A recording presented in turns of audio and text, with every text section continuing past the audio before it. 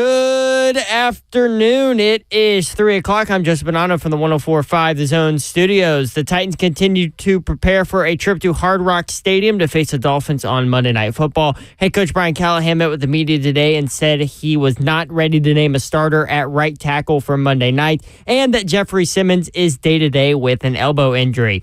No Titans or Vols this weekend, but there's still plenty of good matchups that you can catch. In college football, number 6 Ole Miss hosts Kentucky. Auburn hosts number 21 Oklahoma. You can catch that game right here on The Zone on Saturday. And the big matchup of the weekend, number 2 Georgia on the road to face number 4 Alabama on Saturday at 6:30. Some NFL matchups this weekend that you can also catch right here on The Zone on Sunday with the absence of the Titans. Jags and Texans face off in a division battle. Chiefs on the road to face the Chargers, and Sunday Night Football between the Bills and Ravens in Baltimore. For your foundation repair, waterproofing needs, you need to visit USSTN.com. Breaking news at once on your home for the Titans and Vols. This is 104.5 The Zone.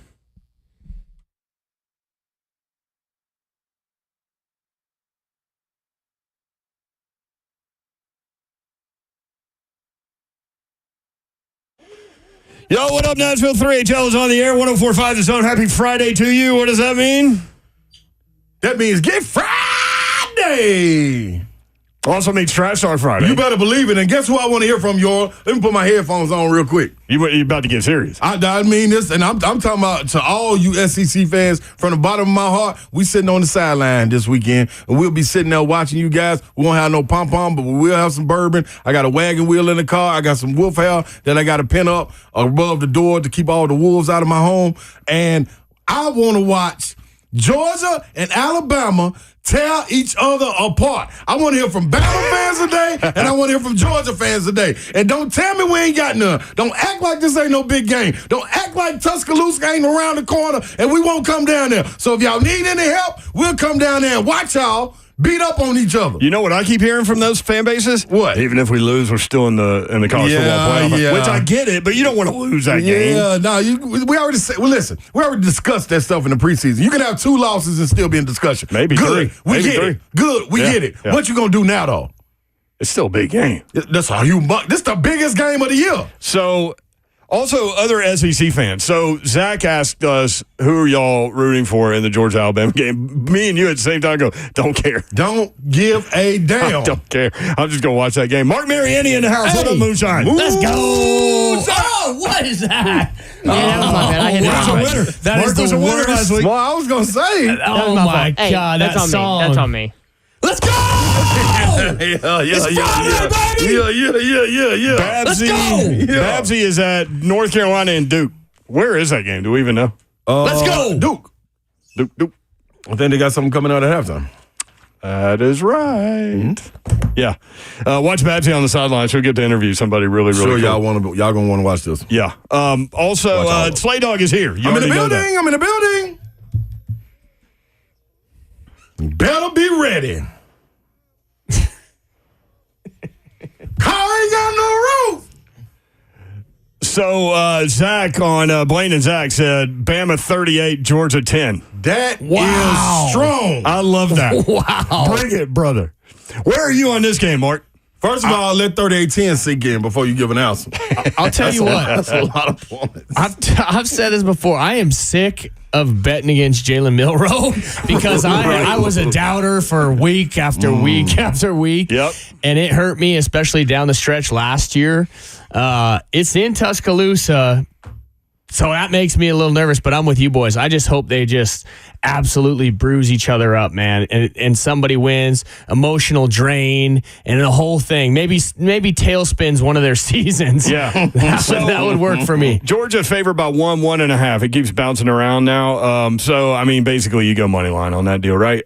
So who did you bet or who would you bet? Have you decided yet? I haven't decided, man. I'll have some facts from the game. I think maybe it'll sway you. As I sit here in this seat right now, the home field advantage is swaying me, but I still, for some reason, like Georgia, man. Something inside me is telling me Georgia, but I don't know what that is. I can't give you much more than a little bit of emotional something in my heart, but I got no facts to back it up. Okay, well, I'll have some for you in just a little bit. Mark Mariani hanging out till 4? Is that what we're doing? I'm a free agent. We'll see what happens. Yeah. A lot of rain out there, Every time I Moonshine. get in here, I'm like, well, I'll stay a little bit longer. We do have fun. That is true. But yeah, you could easily get a phone call from any number of people in your life that, hey, Mark, I need you to do this and stop playing around on the radio. Yeah. Just a little hobby I got here. Yep. Executive producer of 3HLSF. What's up? And we've got a lot going on. So we will visit with Josh Ward at 3:20. We will not keep him the entire segment because Tennessee doesn't play, but we will re-hit the Tennessee-Oklahoma game. That game may be coming up soon, too. Also, the offensive tackle injury situation. The Lance Hurd thing is kind of weird, but we'll talk Some about other stuff that going on? with him. He didn't make the trip, which surprised me. Yeah. What's the field situation following the Morgan Wallen concert? Because they've got Florida coming up. So we'll talk with him about that. Mark's Blood in the Water Pit coming at 3:45. Yeah. Which is an absolute stone cold lock as usual. Lock him down. Per usual. Dolphins now a 1.5-point favorite over Tennessee. I mean, I don't know. I don't want to make any assumptions here. That Vikings was a good I mean, one, we boy. may have to talk a little Titans this hour. Yep. Greg Cosell at 4:20. We'll roll through what happened on some of the plays in the Green Bay Titans game, but then we'll move on to the matchup with the Miami Dolphins and get his film study at 4:20. 5:45, we got a parlay coming.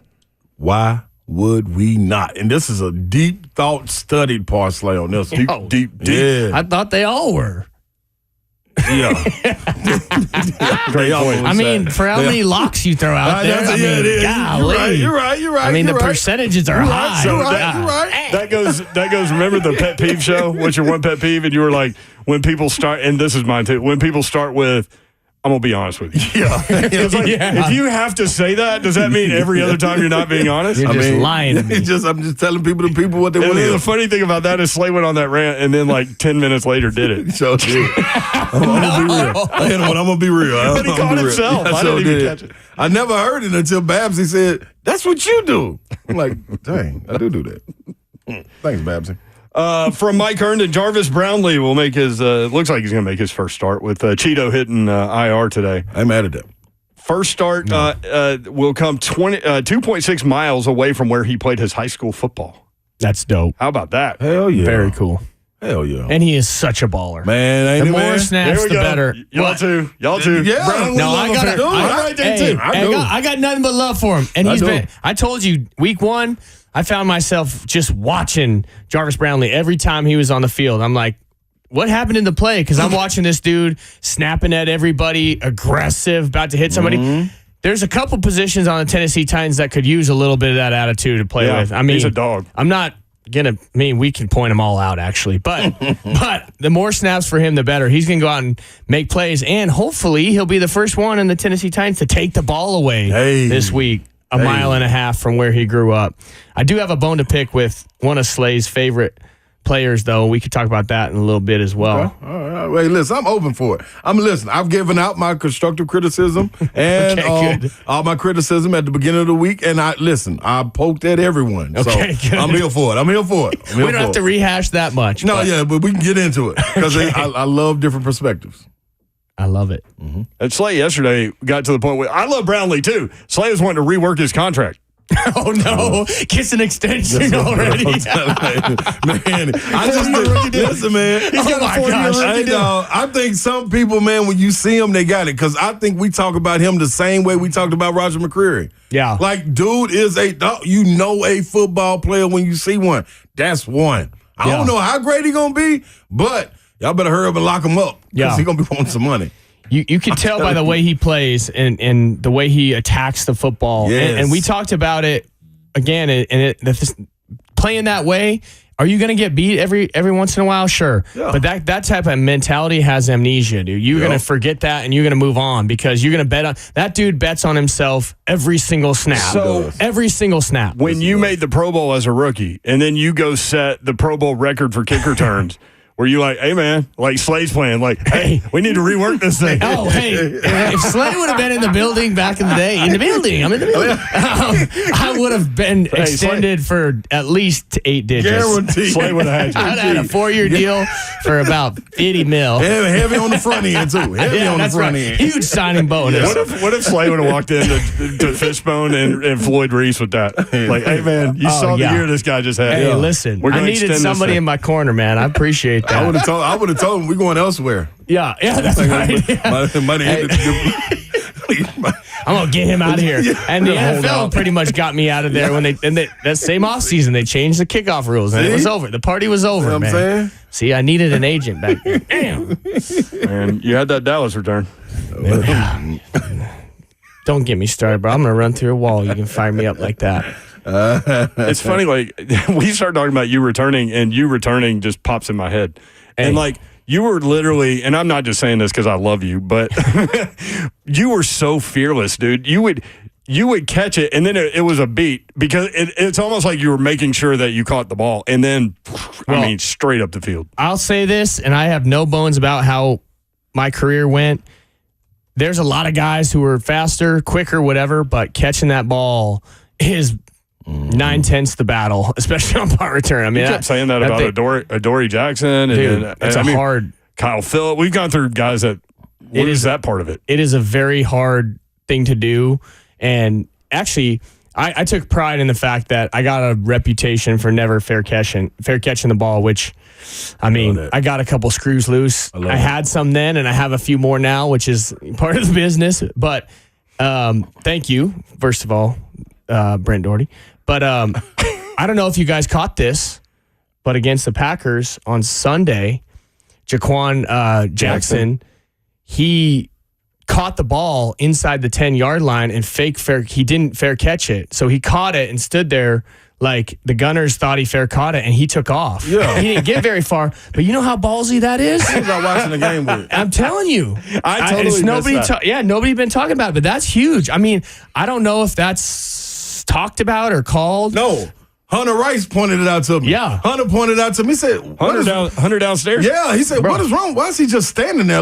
Did anybody see him just stand there? And you just said it right then. And yes. Those short punts, right? Those gunners they're looking up at the ball. Half the time they don't see you make the fair catch. Yeah. It's just assumed or everybody starts yelling or something. Yeah, exactly. Yeah. And Jaquan caught that ball and looked around and took off and got 8 to 10. So did. And I mean, I remember that. That's a little bit of the attitude that I used to return the ball with, and that was a ballsy thing. I mean, listen, at that point in the game, I think you kind of are looking for a big play anyway. I don't know if it's discussed with the coaching staff or whatever, but I thought that was a pretty playmaking mentality type of effort that he put on that play. It was pretty sick. Who gave you the hardest hit you ever had? Oh, dude, it's a full thing. It was on a frozen turf in Kansas City, and I had just gotten announced that I was going to the Pro Bowl. And I was like, I got to make a play today. And sure enough, if I didn't take one that I shouldn't have, and came up running too, short punt. I'm like, it should be fair catching it. Don't do it. Did it. And I went straight into massive linebacker. And do you remember who it was? It was awful. I'll have to look it up. Okay. Because I want to say it was a former coach for the Tennessee Titans that was on the Chiefs that year, but it might have been someone different. Coach Vrabes. He was playing for that team. Wow. It might have been Vrabes that did that? It might have been, but I don't want to throw that out there. Right. I'll have to go check. You don't want to give credit without. No, it would have been Vrabes. That'd be awesome. Until you find out. Until you find out. But it was a big linebacker that I should never have returned it, and then I pretty much put it on the shelf for the rest of the day. No one was blocking. It was 20 below. It was awful. Christmas Eve, 2011. So bad. Hell of a way to go to Christmas. Something. Christmas Eve in Kansas City. My face mask ripped off my helmet. Oh, my God. Well, I swear. Your world. Yeah. Oh, yeah. My face mask was off. The plastic things popped. Your world was definitely rocked. Yeah. I was like, hey, I think I'll fair catch the rest of the day out here. If you guys are taking the rest of the day out, I'm good too. I depend on you guys. Brent Doherty, Mark Mary, Andy Ron Slay. When we come back, we'll talk a little Tennessee football. Josh Ward recaps Tennessee win in Oklahoma and more. Josh and Swain is what he does on the Sports Animal in Knoxville. Josh Ward next, 3HL 104.5 The Zone.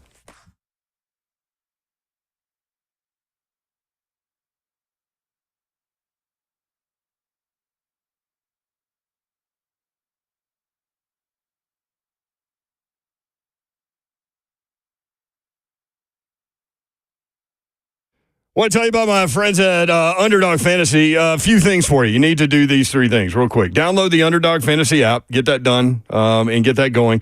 Sign up using the promo code 3HL. Get your deposit put in up to $1,000 in bonus cash when you make your deposit. Get that done. Win up to 1,000 times your money just by choosing higher or lower on your favorite players' stats. In other words, who did I have last night? CeeDee Lamb over 62. Higher than 62.5 receiving yards. He got that done for me. Unfortunately, I lost another one, so did not win that bet. But that was $10 getting you $97.40. It's very self-explanatory when you go to the website. Making picks on Underdog, straightforward. Signing up is even easier. Just head over to Underdog's simple-to-use mobile app or UnderdogFantasy.com. Sign up with the promo code 3HL, and Underdog will give you a free pick to use on your first Cash Champions entry, plus up to $1,000 in bonus cash when you deposit. That's Underdog Fantasy, promo code 3HL, to claim your new customer special of a free pick and your deposit offer. Must be 18 or older and present in a state where Underdog Fantasy operates. Terms apply. Concerned with your play, call 1-800-GAMBLER or visit ncpgambling.org. What's happening, people? Holistic Stem Cell Therapy by Kellum Stem Cell Institute. That's what's going to get the pain knocked out of your body. You're talking about getting it knocked out, inflammation, running scared. Your stem cells, that's the answer. It's your body, your cells, your solution. They're stored for future and continued use as well. Harvested and redeployed based on your needs. So the direct hit, like my knee was hurting. I mean, it was killing me, and I could hit a direct spot to get the inflammation up out of there. Also, the hip. Hip was a little janky at the time, yeah, and I had to get that situated. Got that right. Shoulder the same, waking me up out of my sleep. No more. All of that is done. And then when I need to go back, just for a little fill-in of the magic potion, then it all happens easily. I just call the Kellum Stem Cell Institute, set it up, 615-850-4415, and everything is A-OK. Get your consultation today at 615-850-4415. Talk to Dr. Kellum direct. Ask him any question that you may have, and I can guarantee you'll feel just like me. That's great. KellumStemCellInstitute.com.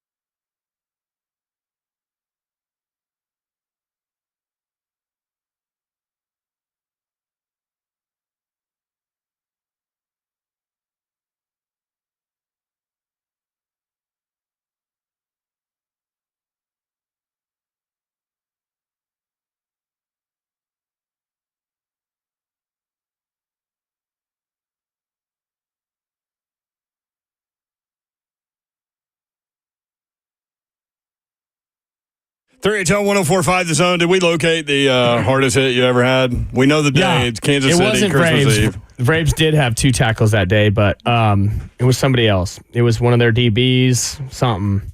You just went flying in there. Caught the ball in the dead sprint. Wasn't good, man. Slay I'm telling asked you an interesting question that I've never thought to ask people that do what you do. Or do what you did. Do what you're ready to do again. You know I got the cleats in the truck, bro. Slay asked you if you ever looked at the gunners. Oh. I mean, he was asking me if I ever was standing under ball and then looked back up, looked down at the And then back up. defense Yeah, coming to make the play. Yeah. And I could never do it. It was there's too much going on with that ball. Did you ever try and practice? Like Yeah, you just couldn't you couldn't relocate it? You can do it as many times as you want in practice. But you get live action and you hear those guys and then you start feeling you got these linebackers running down there. Yeah. And I'm like, does someone have an arm on that dude? Because he's yelling. And I mean, there's crazy. Those special teams guys are paid to take your head off, man. Brent Doherty, Mark Mariani filling in today. A little guest hosting action for him. And Ron Slay here. Josh Ward joins us from Josh and Swain, Sports Animal in Knoxville. Josh, what's up? How are you? Hey, doing well. Hope you guys are.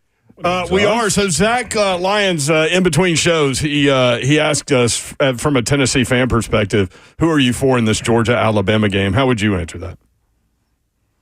Yeah, that's come up in Knoxville a little bit, and I think my answer is you'd probably like Alabama to win so that it can be an undefeated versus undefeated matchup. Tennessee has a very good chance to win the next 2 games, Arkansas and Florida, before Alabama comes to town. So trying to attract game day and all the national attention that could be on Knoxville October 19th when Tennessee and Alabama play. So you I guess could make the same case for Tennessee, Georgia in November, but a lot more has to happen, and that's outside of Knoxville. That one's going to be in Athens. So I would say looking for the undefeated versus undefeated Tennessee versus Alabama matchup in October 19th in Knoxville. That's a great point. I hadn't thought about it from that perspective, but can you imagine? It's already going to be bananas anyway. Right, but undefeated, two top 5 teams. Yeah. I tried to get Swain. You know, he's from Huntsville, Alabama, and it was very controversial when he left the state way back in 2003 as a high school All-American. I tried to get him to say that he was rooting for Alabama to win the game, and he would not take the bait. He would not do that. But that was kind of our opinion as a show, is that setting up the undefeated battle in Knoxville October 19th would be great for Tennessee, the fan base, and all the attention on UT. I'm gonna have to get Vol Nation together if that happens, man, because we all gonna have to get our bodies together to be ready for that. Because as a fan base, like, you got to be prepped for that. You just don't walk into that game any kind of way after what we just transpired when they had Bryce Young and them come down. We won in that fashion, 50+ points. Yeah, you got to get your body ready for it, because I think a lot of people's bodies are still in shock from that. So we're gonna have to get people ready. You know what I mean? Get the IVs going early, 2 weeks probably ahead of time. So. Vol Nation, look for a lot me of hydration PSAs. We'll be running them on our station, I promise. There you go. Yeah, man. Look for me to put the back call out on this one, man. After this bye week, and we know who we got to face. Arkansas, take care of Florida. But then, yeah, I'm going to have to do something special. I'm going to have to take off work a couple of days, Euro. I got to go get my gang together. Yeah, I can't have us wandering into that stadium any kind of way, just willy-nilly drunk. You know what I mean? Acting the way we act. No, we got to be stoic, go in there fried, and then know what kind of mission we really on. Like, have a purpose. Yeah, you know what I mean? This ain't wild thing no more. A purpose-driven fried. Yeah, that's a little wild. This is gonna be different. This is gonna be different. I can feel it. Thank you, Josh, for pointing that out. Yeah, thank you. Yeah, because I don't know what I've been thinking about. You got to be out in front of it. Yeah, you fail to prepare, you're preparing to fail, and this would apply. I need to leave now. Like, I need to go. Like, because this is really like a mission. Start your training. That's what I'm saying. Yeah, there's some work to be Pilates, done. everything. Yeah, There's some work to be done. Yoga. Golly. What is Josh? What is your general Y'all keep takeaway going. from the win at Oklahoma and how dominant that defense was? Well, Tennessee wrapped up the first month as good as it could have been from a defensive standpoint. When we talked about during the summer months in August what the defensive line could be, and the defensive backfield brought in some newcomers that had people excited. I think at every level the way the defensive line is played, Keenan Peely coming back at linebacker, Carter's a year older, T-Lander's a year older, and then those secondary pieces coming together maybe more quickly than we discussed before the start of the season. That has everybody so excited. But the win itself against Oklahoma to get Tennessee to 4-0, to see Tennessee be able to win that way. And there was the middle of the game conversation. Why is Tennessee running the ball so much? Why are they leaning on the run? Why aren't they being more aggressive, putting the ball in the air? And then to hear Josh Heupel's explanation afterward and to know what was going on. And they have the backup tackles in the game there in the middle part, and Dane Davis starts at left tackle. They'd already turned the ball over. Josh Heupel knew in that game they didn't need to be super explosive offensively, at least in terms of going up tempo, putting the ball in the air, which could also bring more risk. They didn't need that. They probably will at some point later in the season, and Nico's going to get better, and the tackle position needs to be solidified moving forward. But Tennessee's in a position now much better than it has been the previous 3 seasons, where if it needs to lean on the defense and lean on the running game, that it can do that and beat quality opponents in a tough spot like playing in Norman, Oklahoma. There's more to work with than I think Josh Heupel has had the previous 3 seasons. By the way, Slay started his little workout regimen during your answer there. He was doing some desk push-ups. Yep. I'm going. I'll be. If anybody's looking at me in the mornings, 6 days a week, I'll be at the YMC over there on Concord at about 5 a.m. Anybody want to remember? It's a physical game and it's a mental game. Both come together to get you prepared for that October 19th game. I will be holding my head in the water in the sink for at least 2 minutes a day. Cold plunge. We want to. We want video proof of those cold plunges. That's why I'm at Moonshine. That's why I'm going with it. Josh, you mentioned the offensive tackles at Tennessee. I think it surprised some people in the building that Lance Hurd didn't make the trip to Oklahoma. Where are we with those 2 offensive tackles? Well, Josh Heupel said Wednesday that his expectation is going to Fayetteville. Tennessee will have Lance Hurd back as he's missed the last 2 games, didn't play against Kent State or Oklahoma this past weekend. And it was a surprise, I think, to a lot of Tennessee people. I think coming out of the Kent State game, a lot of people at UT expected that Hurd would be good to go, and he wasn't for whatever reason. So he didn't even make the trip, wasn't on the travel roster. And Dane Davis went. And having Davis available is so important because that's a question on both sides. John Campbell Jr. has had to be managed with his snaps so far this season through the first 4 games. That was the case in August. He didn't practice a lot during training camp. So I think with Campbell, that'll be something to watch all season long, how many snaps he's able to play in each game. And that's why with Hurd being out, that put them in a spot where they needed both Davis and Larry Johnson III. And that's a guy that I think they're happy with how he's progressed, but nobody's debating here. They want Hurd and Campbell to be out there. And in bigger SEC games, in that Alabama game, October 19th, when they go to Athens to take on Georgia, next week against Arkansas, where Tennessee will have a lot of advantages, but Sam Pittman's going to try to have his team ready to play as physical as possible out there on the field. You want your best guys, and their best guys are Hurd and Campbell, and Tennessee's made a real investment into those guys. So it'll be something to watch. But right now the expectation is they're both starting next week against Arkansas. Let's see how it plays out over the course of the season. That's one of the biggest questions, I think, though, if you're looking ahead to the next 8 games. How do the tackles play, and can they stay healthy enough all the way through the season? Man, Josh, looking at the Oklahoma game, man, we keep talking about depth, especially on the defensive side of the ball. But who stood out to you that you had not on your bingo card? Because me, personally, Moy, I hope I'm saying his name right, and Brother Jenkins. Like, anybody run around with the last name Jenkins, like, you got to be something. And he was something. Like, Josephs, like Tyree, like, they coming from everywhere, Josh. Like, it's almost unbelievable, man, the impact these guys are having.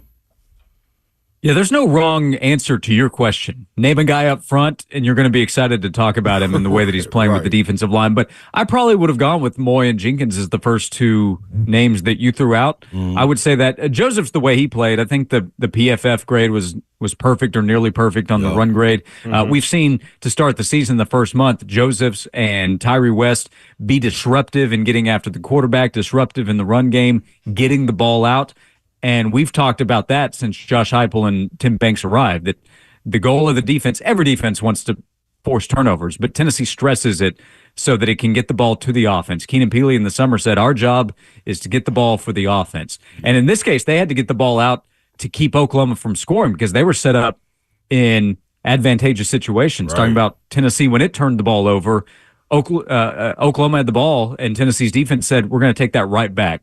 Yeah. And the expectation of the defense, or in this case, the defensive line performance, does not change when Amari Thomas comes out. If Bryson Easton comes out, the veterans that have played a lot, when Moy goes in, a transfer who was a good pickup for Tennessee, when Jenkins goes in, the expectation stays the same. That 22 class has really panned out on the defensive line. The 22 class had James Pierce Jr., Tyree West, Joshua Josephs, and Jason Jenkins. What a haul. And the development has now paid off to where you see what they're able to contribute. I would also add in the culture of the defensive line, Rodney Garner's group. Jenkins, for a brief period during the offseason, looked at transferring, entering the portal and going somewhere else, and he was talked into staying, and you're seeing the impact he's developed, and Tennessee's defense is rewarded by having him there. Man. Phil going to be ready for Florida after Morgan Wallen? They redid it? That's the plan. I saw some credit being given to Danny White. Man, he planned everything perfectly. He had the concert taken care of. They made sure to get the sod down right before all this rain hit and the storms. And I think some people are nervous because there's been a lot of talk about Oklahoma's field surface. And terrible. UT fans want to make sure that they're not having to explain anything when Florida and Bama come to town in a couple of weeks. But I think they're planning on everything being good to go in a couple of weeks. That's why see, that's the forward thinking that I gotta have, that I gotta kick into. Because I'm hearing Danny White putting it down like that. He go put the grass down. I gotta go take care of me and our fans. I gotta make sure everybody doing what they supposed to do. Josh, I'm gonna need you to put a little change in the bucket, man, because I gotta get a megaphone that can reach all around the state. Because when I get up, I need all of our nation to get up in the morning.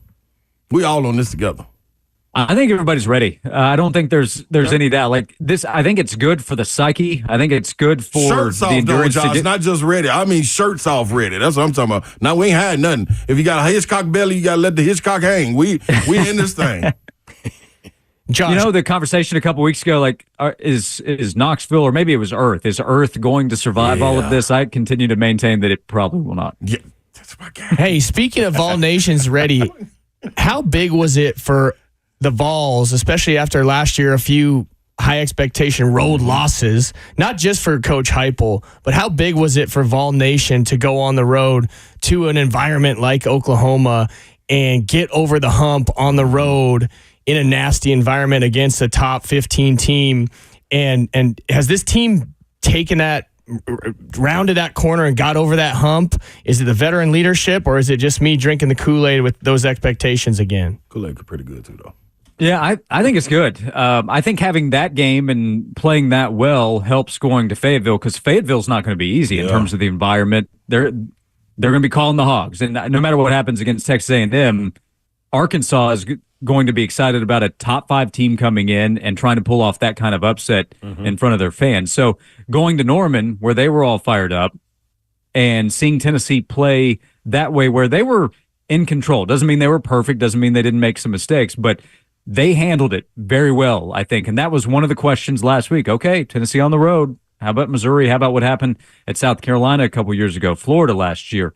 They didn't seem affected. Nico didn't really seem affected. So we've discussed here during the segment the last few weeks. Doesn't mean perfection is the expectation for Nico. He had a couple of turnovers last week, but the way Tennessee responded when they hit adversity is better than we saw Tennessee deal with that a year ago or 2 seasons ago. So I think it was really good. I think getting this reset this week, they're off this weekend, instead of having that quick turnaround to go to Fayetteville, chance to heal up a little bit, chance to get ready, prepare for that road game. If Tennessee loses, I don't think it's because they're affected by the road environment the way we talked about the last couple weeks. And for the fan base, yes, absolutely. Good for the psyche. Love it, Josh. Great stuff, man. Appreciate you, Josh Ward, Josh and Swain on the Sports Animal in Knoxville at Josh_Ward. Thank you, Josh. Appreciate you. You got it. Thanks, guys. All right, every Friday we'll break down the bye week. He's right. The bye week came in a great spot for Tennessee. Well, and you guys know I'm just a bandwagon VFL. And so, but for me, even especially last year, every time we went on the road in a big game, it felt like we got the wind taken out of our sails every time. So I'm going. Now I still went huge this weekend. I forgot about last year. But for me to watch that game and take control and down the stretch and then put it away was, well, that was a body language game, too. I mean, they just walked out there, and you could tell from the jump they were there to win. Like, there was no, like, maybe we can win, hope we can win. There wasn't any of that. It was like, we're going to take it to you. And 3 and out on the first series and hitting people that 2 of the plays, it took a guy a long time to get up. Yep. And a couple early mishaps, too. A couple turnovers. Didn't phase them. No. Unfazed. You can watch the show live, YouTube, Facebook Live, Twitter, and Twitch. Twitch, please. F&M Bank Chat is open. Michael says, I'm going to mess my throat up practicing to smoke these victory cigars, up to 3 practice cigars a day, just making sure I'm ready. Hey, listen, that's what it's all about. You got to get out there on your own. Don't wait for me to get a call, man. Y'all, Vol Nation, y'all get out there on your own, and y'all get ready, man. Because when it's time, it's time. All right, Mark's leaving. I'm going to read you some stuff about Georgia and Alabama, and then we'll see if it sways you. Okay, you ready? I'm ready. Georgia at Alabama. Georgia, a 1 or 1.5 point favorite. Alabama has not been an underdog at home since 2007, Nick Saban's first year. That was the LSU game. They actually did not cover that game. They were a 6.5 point underdog and lost by 7. Loser of this game still solidly in the college football playoff mix. Both fan bases will quickly point that out to you. How affected are you by Georgia's squeaker win at Kentucky is one question, right? And when you think about this matchup, like, how do you factor that in? That's one thing. First time, again, Bama has been a home underdog since 2007. Bama quarterback Jalen Milroe goes against the nation's #1 pass defense. Some think safety Malachi Starks is the best safety to ever play at Georgia, which is saying something. Yeesh. Milroe, #3 rated passer in the country, going against the #1 defense. Why? 8 passing touchdowns, 6 rushing touchdowns for Milroe. He's already got 14 touchdowns in 3 games. This guy. Georgia quarterback Carson Beck, 16-1 as a starter, 6-1 against the top 20. Bama wide receiver Ryan Williams, 10 receptions, 285 yards and 4 touchdowns in his first 3 college games. Well documented, 17 years old, didn't play his senior year in high school, still won Mr. Football in Alabama twice. Kirby Smart, 1-5 against Alabama. There's one. Georgia, the only team to have not allowed a touchdown this season. You aren't swaying me at all. This is an absolute coin flip, dude. This is the 59th College Game Day appearance at Alabama, which ties Ohio State. That's what I have for you for this matchup. Those are unbelievable stats. I'm taking that home. I don't even know. I got nothing. So nation's #1 pass D against Milroe, the nation's #3 rated passer. Dude, I just got to say, man, I love Nick Saban, but Kalen DeBoer, man, he's a savage. Yeah, he is. He filled those shoes, and I mean, he's got a long way to go. We paid a lot of attention in this room to Washington because we loved Michael Penix Jr., so we were well aware of what Kalen DeBoer does. Mm-hmm. And you're starting to see that kind of system with this Alabama offense. And for Jalen Milroe, I kept doubting him. I can't. At least I didn't know he was leading the nation in passing. Yeah. Well, third in the nation in passing, but 14 touchdowns. Yeah. In 3 games. All right, Blood in the Water pick from Moonshine coming up next. He won last week. Let's go! He won last week. That's coming up next. Stay tuned.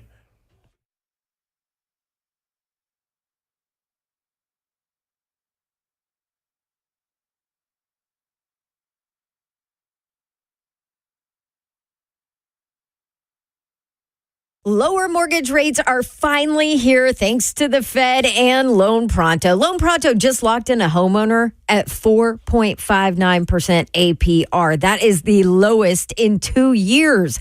Whether you got your loan last month or last year, you know it's time to call Loan Pronto and dump that high rate loan. You can lock in a lower rate fast with virtually no paperwork. Get started at loanpronto.com and usually no appraisal on top of that. No limit on how many times you can refi. So go ahead and get started.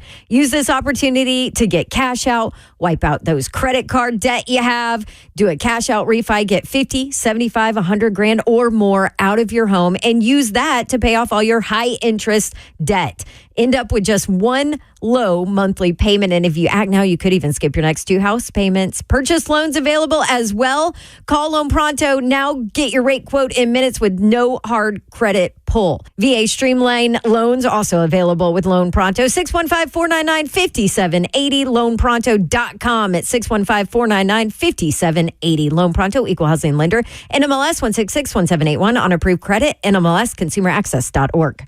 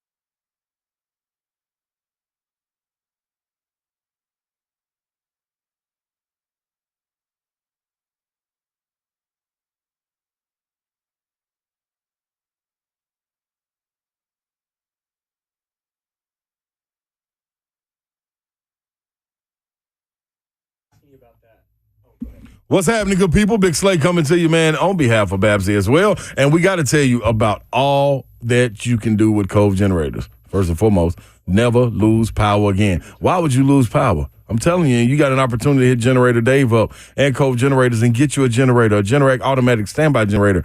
Now, we know a lot of people have lost power with the storms that are going on right now. So you have an opportunity to hurry up, call, get you one. They have portable generators as well. Now, what you need to understand, too, there is a new 7-year warranty. That's an upgrade. It's backed by Popular, man, over $1,000 value. Over 2 million people without power today. It's a friend of ours in Gainesville, Florida. She just put in for a generator last month. She stated, my generator is my lifesaver. This is why it's important to go get a generator. Give them a call, 931-559-3311. Visit covegenerators.com and stay connected through it all.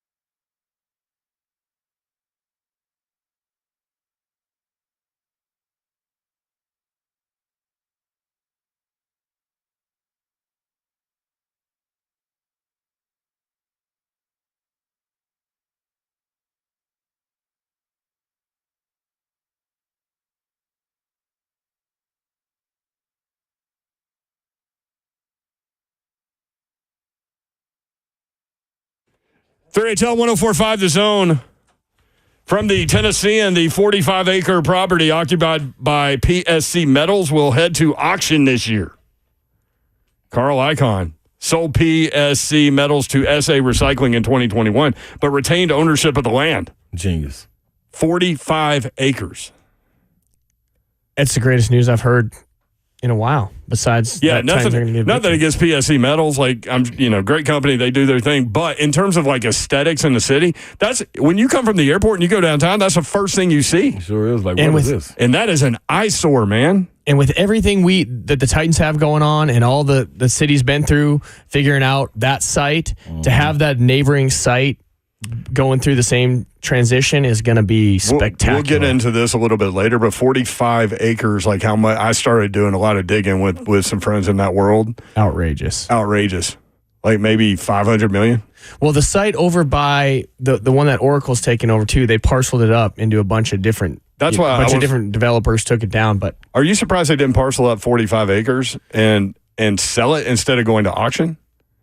That's so far out of my pay grade. Yeah. But somebody. It feels like there's something going on here that's already planned out. Is it Major League Baseball? Is it Major League Baseball? That would be the first thing I would think. Which is what we talked about yesterday when we couldn't confirm the story yet. But the Tennessean did. But I did some digging. So the Texas Rangers ballpark is on 13 acres. Gosh, man. This is 45 acres riverfront. Yeah. The Braves at Truist Park, 15 acres. You totally can do Major League Baseball there. And then mix use and combine it with what the Titans are doing from that Battery Park style in Atlanta. Wouldn't you love to own a condo building down there, Mark? You're not gonna find a bigger fan for bringing baseball here, but you're also not gonna find a bigger supporter of having it on that site downtown. Yeah. If you put it somewhere else, it changes the dynamic. Yep. You don't want to. It's that energy you have from Broadway walking across the pedestrian bridge like we do every Sunday. That's what you need to have for that baseball stadium, and that's where it needs to be. Right. So this news is I hadn't heard this till 10 seconds ago. Yeah. I am jacked about this. I started thinking about it from a Titan perspective, but Miss Amy's not really a land acquisition kind of business person. No, they got their stadium. Yeah, I think they're good. She wants a Super Bowl. That's what she wants. So, bring that. But then I started thinking, we should start like an environmental cleanup business. And get that scrap out of there? Yeah, once they clear that land. I wonder if there's any of the. There's something pinging over here. There's something pinging over here. Just go look for those old drives that have all the Bitcoin on them. Like, hey, y'all, everybody that threw away their old Bitcoin right here 20 years ago. Mark's blood in the water pick last week was the Minnesota Vikings who got the win. Big time win, man. Hey. So underdog straight up winner is what we're looking for. Listen, man. Listen, there's no secrets. There's no secrets here. I am telling you right now, 104.5, Ron Slay, Brent Doherty, I'm telling you right now, I guarantee victory on Monday night. I guarantee it. Here we go. The line just moved. We're now plus 100. The boys qualify. There's going to be some hunting going on in the Atlantic Ocean. You understand me? Yes, sir. You can't legally hunt for dolphins, but okay. The Sharks are hunting. The Sharks are hunting. And I guarantee it. I'm sick of it. I'm sick of being on 3. I'm sick of it. I like that. Tennessee Titans, two-tone blue. Enough's enough. I'm going to make my bet now. You want that point and a half? We don't want them. No. We don't want them. Hard Rock Stadium. Monday night. Listen, man. Protect our boy. Hey, I'm going to throw something out there. I know we beat this up all week. I liked Will Levis on Sunday. He made some bad mistakes. He made some young player mistakes. I know Greg Cosell, the legend who's coming on in a couple minutes, had his breakdown. You expect that from a young quarterback. You want to know what Nick Holt said about him yesterday? He said, "We feel like Will Levis is playing well, other than a few disastrous plays." Yeah, I'm telling you, man. He made some throws. That makes sense. That's true. Hey, right? Listen, this man is trying to do his job, one of the hardest jobs in sports. This man is trying to do his job. I mean, running for his life. When he's in shotgun, he's basically like a punt returner. Listen, he is running for his life. Plus 100, baby. That throw on the sideline that Jair Alexander picked off was a dumb rookie or second-year guy mistake for a couple reasons. One, he stared it down. Two, was it pre-snap? He didn't understand the coverage? It felt pre-snap. It felt like he wanted to go to D-Hop. And here's the deal. To his left, he had Calvin Ridley running the exact same route against a young corner. Now, who are you going to take? All-pro Jair Alexander, who's made a career off doing that to people, or the young guy? I'm taking the young guy. Yep. And this coverage was the exact same. So I'm going to say that. I'm going to say that about Will. I think he's playing good football. He was 20 for 26 at one point with 2 touchdowns and that pig. I mean, he's playing, he's making throws and doing some things. He's running for his life. Our right tackle, NPF, needs to be called out right now. I know you guys have been doing it. That's the one point I'm going to make. That soft attitude got to go. And whoever we're going to put there, I don't care if it's Nick Westbrook-Akine to play right tackle. I just need some attitude. And somebody that if I get my butt kicked and my quarterback gets his heads rolling on the turf, at least you're going to go run back and try to recover the fumble and pick up my dude off the turf. Yeah. I'm just looking at it like, dude, that is... I don't care what your skill set is, or we went to Ohio State, or what you did, or where you're from. Don't care. I need a little more. I need a little more attitude, man. On a all little, fours, dude. that was bad. And that just one play. We gave up 8 sacks last week to the Packers. We made their D line, which they might turn out to be good, but we made their D line look like all American or all pro guys, all of them across the board. On the flip side, we need to turn Tyler Huntley into that dude on Monday night. Our D-line got to get after him. We got to take that ball away. The other thing I want to say is another thing that I think we can help our young quarterback Will Levis out. He's young. We expected some growing pains from him. I think he's playing fine. I think he's made some really dumb decisions and put us in a bad spot. But him running for his life doesn't help the situation. Here's how we can help him. Our boy, Traylon Burks, is a perfect example. No urgency. Yeah.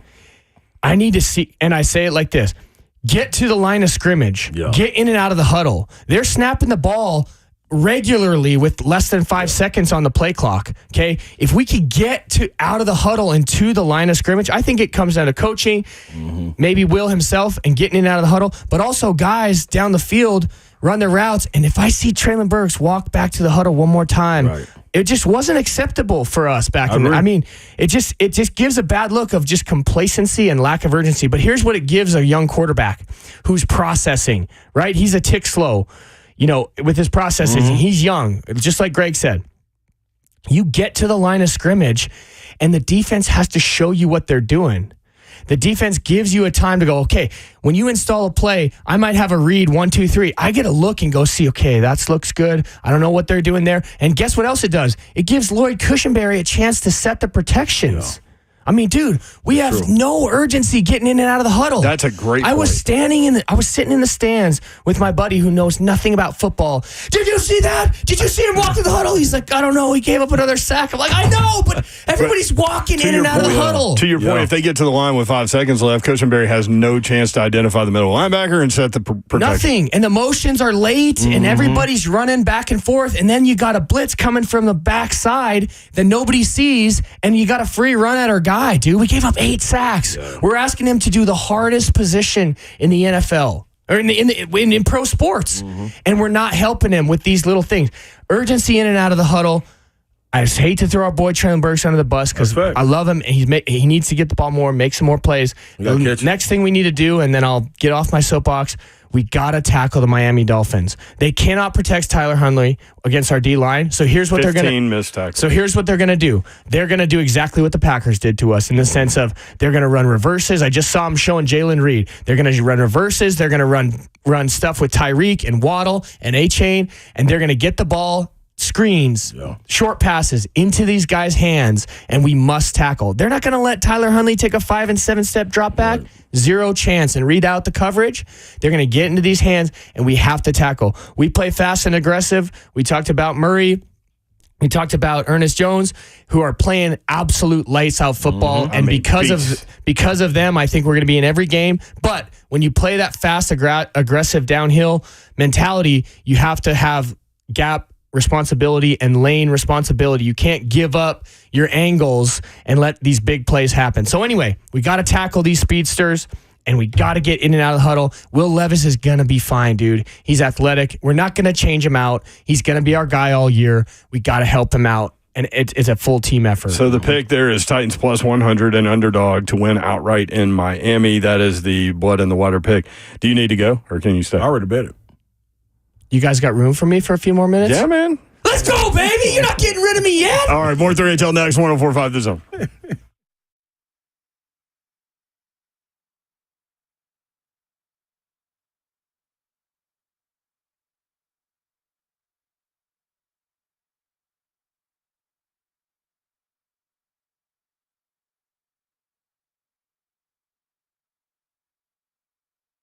Get that lawn going, looking great. Best lawn in the neighborhood. Dickens Turf and Landscape Supply can help. DickensSupply.com, the website. My guy Trey Hartsook is here with more. Trey.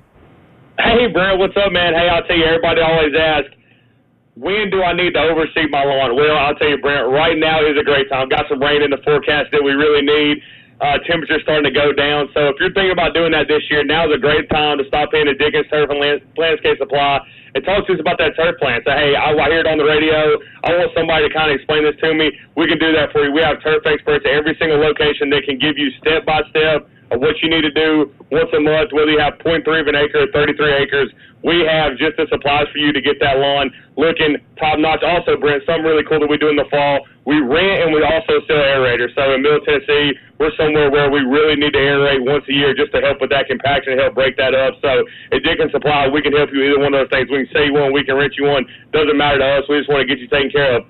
On the way out also, great time of the year. I know that it's fall and there's not going to be a lot of grass cutting left, but if you want to save yourself some serious money, stop on in to Dickens Turf and Landscape Supply. Let's talk about some mowers, get you something that you need for that lawn. Conveniently located all over Middle Tennessee. Got locations in Nashville, Hendersonville, Murfreesboro, Bellevue, Brentwood, Lamar, Mount Juliet, and Franklin. If you can't get hold of us, check us out online, DickensSupply.com. All right, it's time to upgrade things in your home sometimes, unsexy things like not a new bathroom or a new kitchen, but maybe new windows and doors. Well, I am here to tell you that Pella Windows and Doors of Nashville is who you need to call because it was time for us.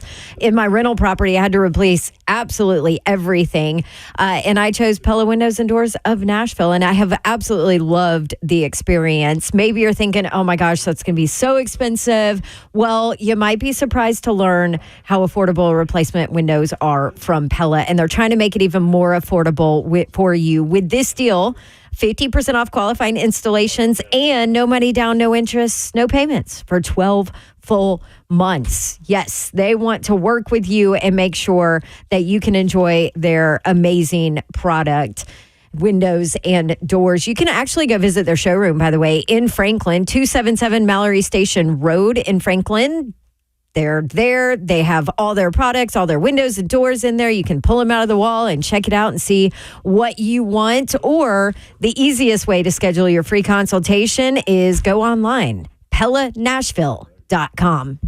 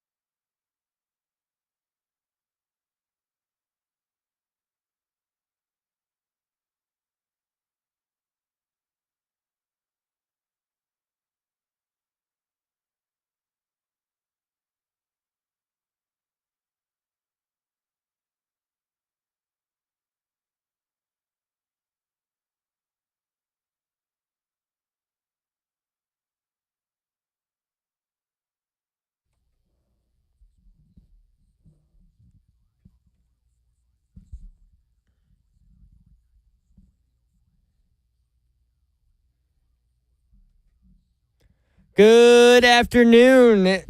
Good afternoon. It is 4:04. I'm Justin Bonanno from the 104.5 The Zone Studios.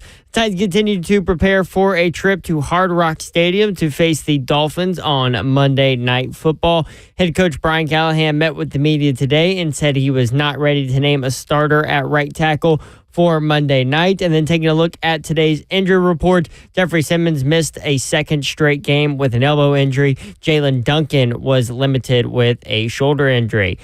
No Vols or Titans this weekend, but still plenty of great matchups that you can catch in the football world. In college football, number 6 Ole Miss hosts Kentucky. Auburn hosts number 21 Oklahoma. You can catch that game right here on The Zone. And big matchup of the weekend, it's number 2 Georgia on the road to face number 4 Alabama on Saturday night. Some NFL matchups this weekend that you can also catch right here on The Zone with the absence of the Titans. Jags and Texans face off. Chiefs on the road to face the Chargers. And a Sunday night football battle between the Bills and Ravens. For your foundation repair and waterproofing needs, you need to visit USSTN.com. Breaking news at once on your home of the Titans and Vols. This is 104.5 The Zone.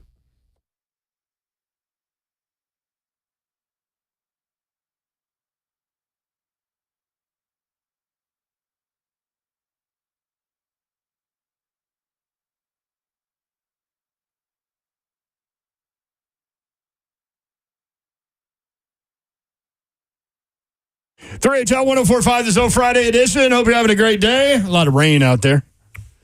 Be careful driving around, man. Water on the road. Turn around.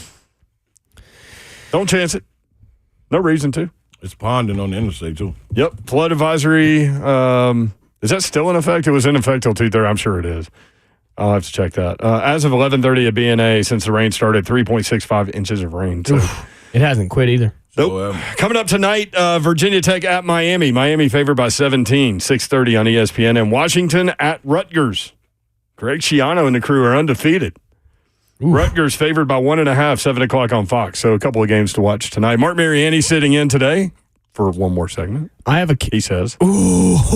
That's his little intro music. Hey, we're ready to hunt Miami, I'm telling you. But here's the deal. I want everyone out there in the chat and in the airwaves to listen and understand this. You know me by now. I'm a homer, but third time is the opposite of a charm for me. If we go down on Monday night, I guarantee victory. Mm-hmm. If we go down, that'll be my third blood in the water.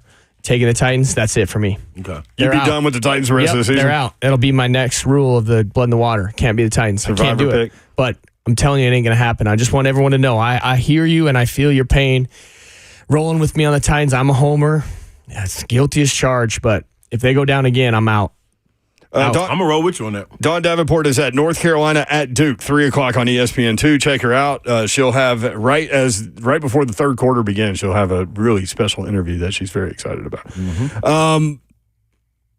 Zeph is the executive producer of 3HL. What's up? What up, Zephyr? And Slay Dog is here. I'm in the building. I'm in the building. Somebody yesterday at Buffalo Wild Wings, again, shout out Smyrna. Man, they sold it. So many people came out. Loved it. That we filled the bar area, filled the restaurant area, filled the back porch area. Oh, my. Like that was dope right there. Yep. And we're so appreciative with every stop that we make and all of the people that choose to come out and see us and say hello. We always appreciate that. Smyrna yesterday, that was next level. Shout outs brought to you by Uncle Ben by the street. Yep. Somebody asked me, why don't you have intro music? I said, I do, but I'm just a point guy. I just throw lobs. That's all I do. Throw it out the glass. Throw lobs. Mm-hmm. What were we going to do? Oh, happy birthday to L.A. Wallace, too. Had to give her a happy birthday. Shout out to her. I'm shocked we don't have more Bama and dogs in the chat. Nobody's calling. Nobody's saying nothing. I think everybody's a little scared. Is that what I'm seeing out there? I think, you know what? They're scared. Yeah.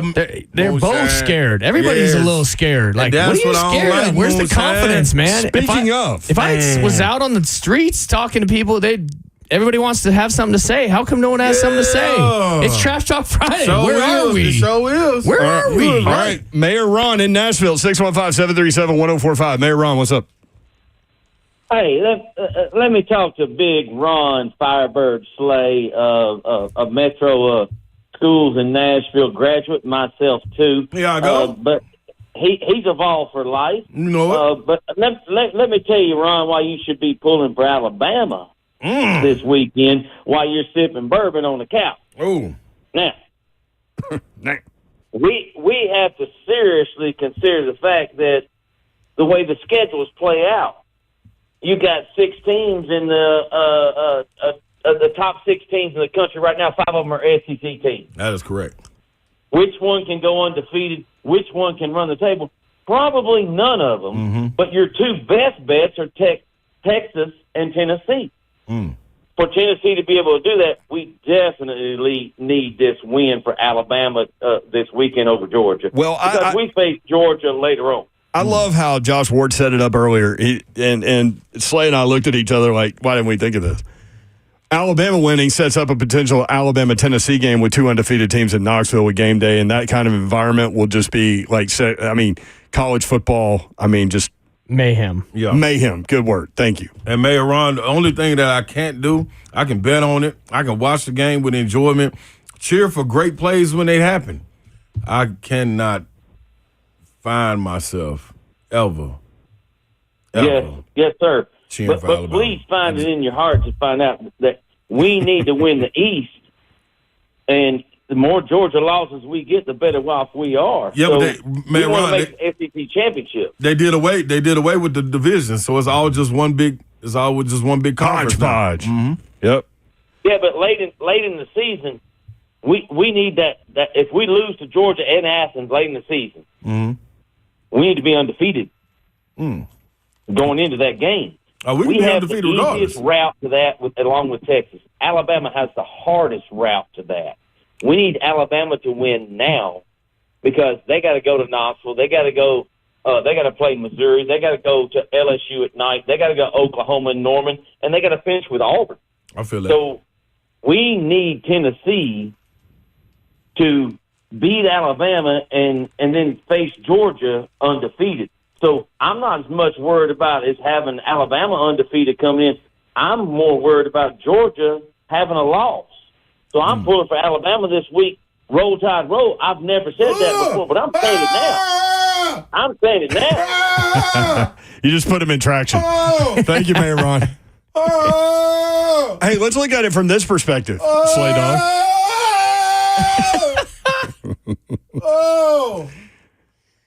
Why'd you do that, Mayor Ron? What got you? The Roll Tide roll? It's like saying Beetlejuice.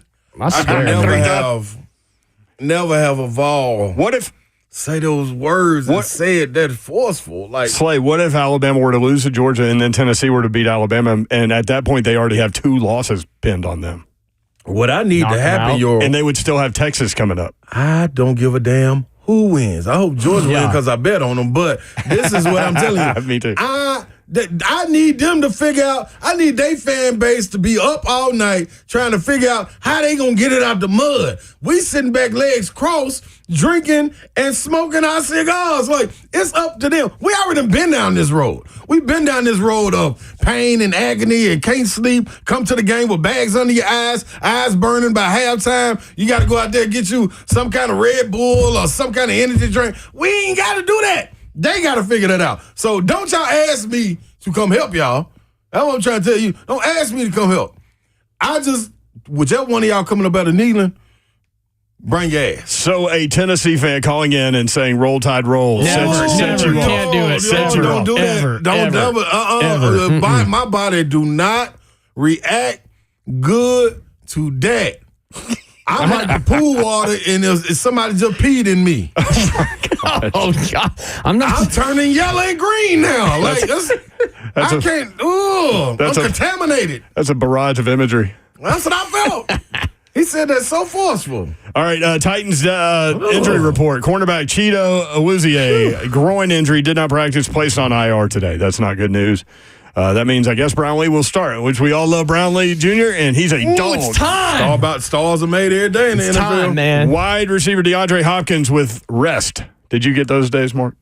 No, I did not. I was not on that level, but I got faith in D-Hop. He can have that rest. Defensive tackle Jeffrey Simmons' elbow did not practice yesterday, did not practice today, and they signed a defensive tackle today. Nope. McTelvin Agam. That does to not their make me practice happy. squad. That is not 6'3", good. 300. That is not good. Who are we going to have pulling people's jerseys on the field goals now, man? What the heck are we doing? The show linguist corrected me. Age 'em. I had to ask Rhett Bryan earlier today. Rhett knows, that's for sure. L'Jarius Sneed, rest. Good. Amani Hooker, face. Yeah, he took a bad hit late in the fourth quarter. Yeah. That was nasty. I've never seen the word face on a He injury report. He made a great tackle He in the got stitches. backfield. Yeah. Oh, really? Yeah. Oh, wow. Yeah. Yeah, I saw it. It was nasty. And then offensive tackle Jalen Duncan, who's battling for that right tackle spot with a shoulder, was limited today. The head coach For said, what? Limited for Who got limited? Jalen Did Duncan. he hit it on the ride home? What did he get limited Look at for? you guys. I'm with Moose Then fine, put He's in Nick a Westbrook battle. Akina. Then put Nick there. I don't care. At right tackle. Yes, put Jarvis Brownlee there then. He's in a battle for a starting position. Anybody that'll just Somebody give that want it. Damn, yes. Anybody who cares. That's who I want there. Anybody who's just foaming at the mouth for some competition. When you're in that position, most positions in the NFL, it's mano a mano. It's one-on-one every play. You got to look in the guy's eyes across the line of scrimmage from you. Yeah. And you got to grow up like a man and be like, hey, it's me against you right now. Yeah. And that everything's on the line. Our jobs, our lives, our families, our family's life is on the line. Mm-hmm. And you're going to get beat over and over. Okay. Hey, thank you for having me. Love you, brother. Have a great weekend, boys. Yep. Go buy 45 acres over there at the metal yard. I'm putting a bid in. I can see it. Mariani World, Moonshine World. Oh, yeah. Put a couple roller coasters up. Major League Baseball Stadium. Put me at the gate. Greg Cosell coming up next. Stay tuned. 3HL.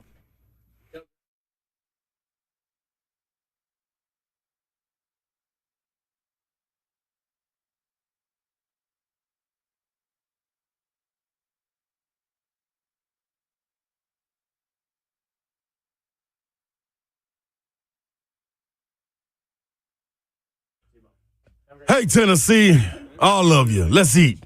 Let's get to Shoney's, man. Let's get some delicious food that's been trending at Shoney's for over 75 years. Now, make sure to head in for that delicious meal today at one of the Shoney's in Middle Tennessee locations. It's always fresh, always delicious, and it's always time to eat, especially when Shoney's is around. Make sure you're around either Clarksville, Dixon, Lebanon, or Donaldson Pike right there in Nashville. Understand this. You can enjoy the delicious and endless variety of options that they're always going to serve, which make fantastic value, all made from the finest high-quality ingredients. Shoney's All You Care to Eat Fresh Food Bar is open, baby. It is open for breakfast, lunch, and dinner. The breakfast bar is the best in town for quality, variety, and value. Bring the family in there, sit them down, tell them get full. It's always going to happen. You got themed meals also throughout the week, and don't you ever forget, it's two favorites that you gotta have. The Shoney's All-American Burger, that's one of the very best burgers. But the world-famous hot fudge cake, ooh, even they got that fresh baked strawberry pie too. All of it's right there for you. It's Shoney's. Let's eat. Maybe you're a Titans fan who needs to find your inner peace and relax. Maybe you're a football fan in general who needs to find your inner peace and relax. Well, that inner peace can be found at a Moment's Peace Salon and Day Spa. Yes, they are the best, and they have at least 10 different services all in one place at a Moment's Peace Salon and Day Spa. First of all, you walk in, they have an amazing little gift shop right there in the front with tea and water, and it smells phenomenal in there. And then you can head to the back and get a massage or a manicure, pedicure, sunless tanning, waxing, skincare, facials. The HydraFacial is amazing. They have a hair salon. They do makeup, and they even do spa parties. So maybe you want to get a group together and go chill at a Moment's Peace Salon and Day Spa. They can take care of you. Or maybe you just want to gift that to somebody who you feel sorry for because their football team stinks. Yes, gift cards are available 24/7 at their website, amomentspeace.com, or call them at 615-224-0770. You have questions or special requests, they can handle it, or just swing by. Check out the gift shop. Smell how good it smells in there. Cool Springs across 65 from Galleria Mall at the intersection of Carruthers Parkway and Bakersbridge Avenue. That is a Moment's Peace Salon and Day Spa.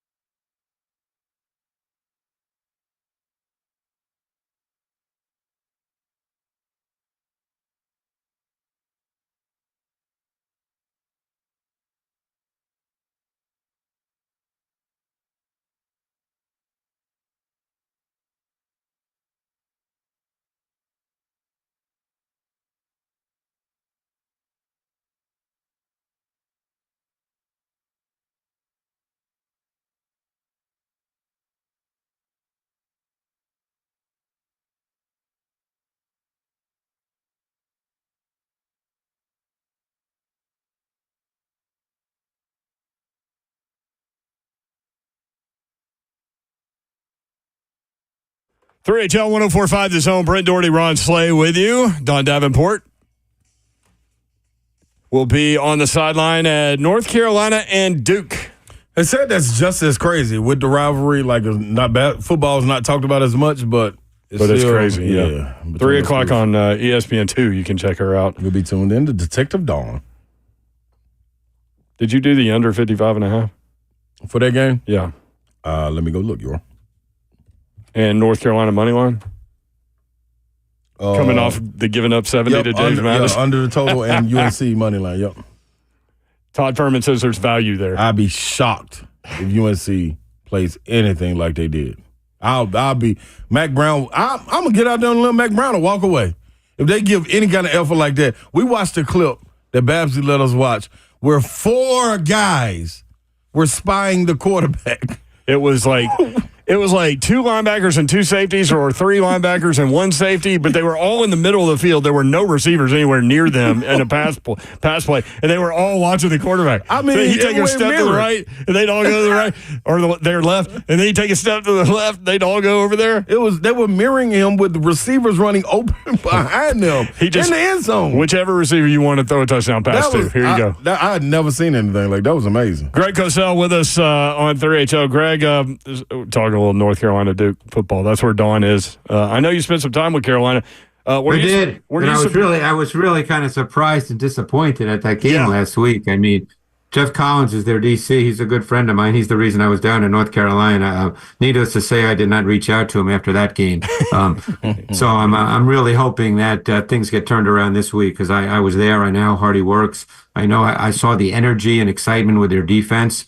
So maybe it was just one of those games, but because it was JMU and not Georgia or Alabama, that makes it worse. Yeah, 52 points at halftime. Greg, yesterday Dawn said on the show, I miss Greg on Thursdays. Yeah. Well, I should reach out to her because I'm sure she's already spoken with the coaches, but yeah, she did this morning. Yeah. Mm-hmm. All right, we'll get to Tennessee against Miami coming up on Monday Night Football and take a look at some of those matchups. But let's pick out a couple of things from the Packers game. Packers beat the Titans 30-14. What happened on the pick 6 hitch route, Greg? I think it was a predetermined throw by Levis. I think he saw off coverage, and it was Hopkins, and he thought that he's going to throw the hitch, and that it would be no problem because the corner was off. And Alexander read it the entire way. He's a veteran corner. But my guess is that was the call. He was going to throw that ball, as we say, out of the huddle. And I think that's one of the things Levis has to work through right now, is there's too many predetermined throws. Obviously there's a play call and there's a primary, and, defense permitting. Every play call, pass call is designed to get the ball to the primary receiver. That happens, a decent amount of the time, but it doesn't always happen. And I think that what Levis has to figure out and learn, as he started 12 games in the league, he's got to start to learn this, that you have to let the defense really tell you where the ball is thrown. You can't predetermine based on the play call where you throw the ball. How challenging is it to evaluate Will Levis 3 games in, given the offensive line problems and the constant pressure that he's facing? Oh, I think you can evaluate Levis to a certain extent, see strengths and weaknesses. But you're right. I mean, this line has allowed pressure at the highest rate in the league up to this point. They have to improve dramatically. We'll see how that goes. But I mean, I think Levis he's a certain kind of quarterback. You can certainly succeed in the league. There's many quarterbacks who are not just natural and innate anticipators. He tends to be a beat late at times with throws. There's some really good quarterbacks who are like that. He can compensate for it at times just with pure arm strength. I mean, he's got tremendous arm strength. You could argue, for instance, that that 22-yarder to Boyd on the first drive, which I think was 3rd and 9 on the first touchdown drive. He was a beat late with the throw, but his arm strength compensated, and therefore it looked like a really good throw. In an ideal world, to get better at anticipation and timing as he plays more. Some guys do, some guys don't. But I think you can evaluate Levis to a certain extent. He's never going to become Tom Brady or Drew Brees in the way in which he plays. But again, there are very few guys like that. Absolutely. And you're talking about those guys right there, man. Those guys had protection. What did you see from the protection up front? Well, in this game, was it as bad as it seemed, Cosell? Yeah, I mean, it wasn't very good. I mean, there were too many sacks on Levis in which he had no chance to make a throw. And the other factor, too, is like neither the O-line at this moment nor Levis are ready to have to play effectively when it is pure pass situation, snap after snap. Right. They're not ready for that. So they will not look good, and it will appear that they are worse than they are. If they're playing in a normal game where they do not have to drop back and throw it on every snap, they will play better and look better. Yeah. But neither one, the quarterback nor the O-line, at this moment is ready to play in a game where it's pure pass on every snap. Let me ask. Yeah, no, go ahead. Let me ask you this before sticking with Titans. What did you see that LaFleur did for Malik Willis to make him have success in that game? Well, what he's done for 2 weeks really is he's given him really defined reads, a number of easy throws, some no-read throws, some one-read throws, and he's used the run game really effectively. Yeah. I mean, obviously, Willis is an explosive straight-line athlete. He's used the zone read really, really effectively. But Willis has been good on third down. Now, some of the third downs, like I said, it depends what the down and distance is. But he's made some throws on third down through 2 games in his 2 starts. He's 12 for 17 for 190 yards with 5 scrambles as well. So he accounted for 275 yards of offense in this game with his passing and his running, and he converted on third down. Yep. We were talking about the offensive line, and I mean, we've obviously on this show spent a lot of time, all the shows in Nashville have spent a lot of time on what's going on at right tackle, and 9 pressures from Nicholas Petit-Frere. He ends up on all 4s, gets replaced, and now, Jalen Duncan today was limited in practice, and they're supposed to be having a competition at right tackle, so I don't know what to do there, but meanwhile, J.C. Latham is getting very favorable reviews from the analytics world. Mm-hmm. What are you seeing on tape from him? I know you're not an offensive line guy per se, but have you noticed him? Yeah, I mean, I think he may be the least of the problems right now. I think he's done okay. I think he needs some work in terms of his anchor, which is really he can anchor really effectively. That was a strength in college, but I think in the NFL it's a little different because guys get into you quicker. And I think he just has to kind of learn that from experience, that guys are going to get into his body quicker than they do in college because he's very strong. But I think where the issue has lied is Skoronski has not been very good in pass pro. Even Cushenberry, surprisingly, has had some bad snap. So it's really been across the board. But you could make the argument, quite frankly, that Latham's been the best. But that doesn't matter. It's 5 guys. They have to work together. It's a cohesive unit. Yeah. That's what needs to happen. Now, the assumption would be with Bill Callahan that it will get better. But right now it's been a concern. And because Levis is not a pure anticipation thrower, when you have to throw on every snap, it just, exacerbates the problem. It's tough. You were talking about the Green Bay offense, and we were not expecting them to be able to run the ball against the Titans defense. They found success going outside with some plays. Now it looks like the Titans think they're going to get Snoop Huntley. Titans defensive coordinator Denard Wilson said he expects the Dolphins offense to look a lot like what they saw from the Packers. Wilson said the plan is sound. They just need to execute better.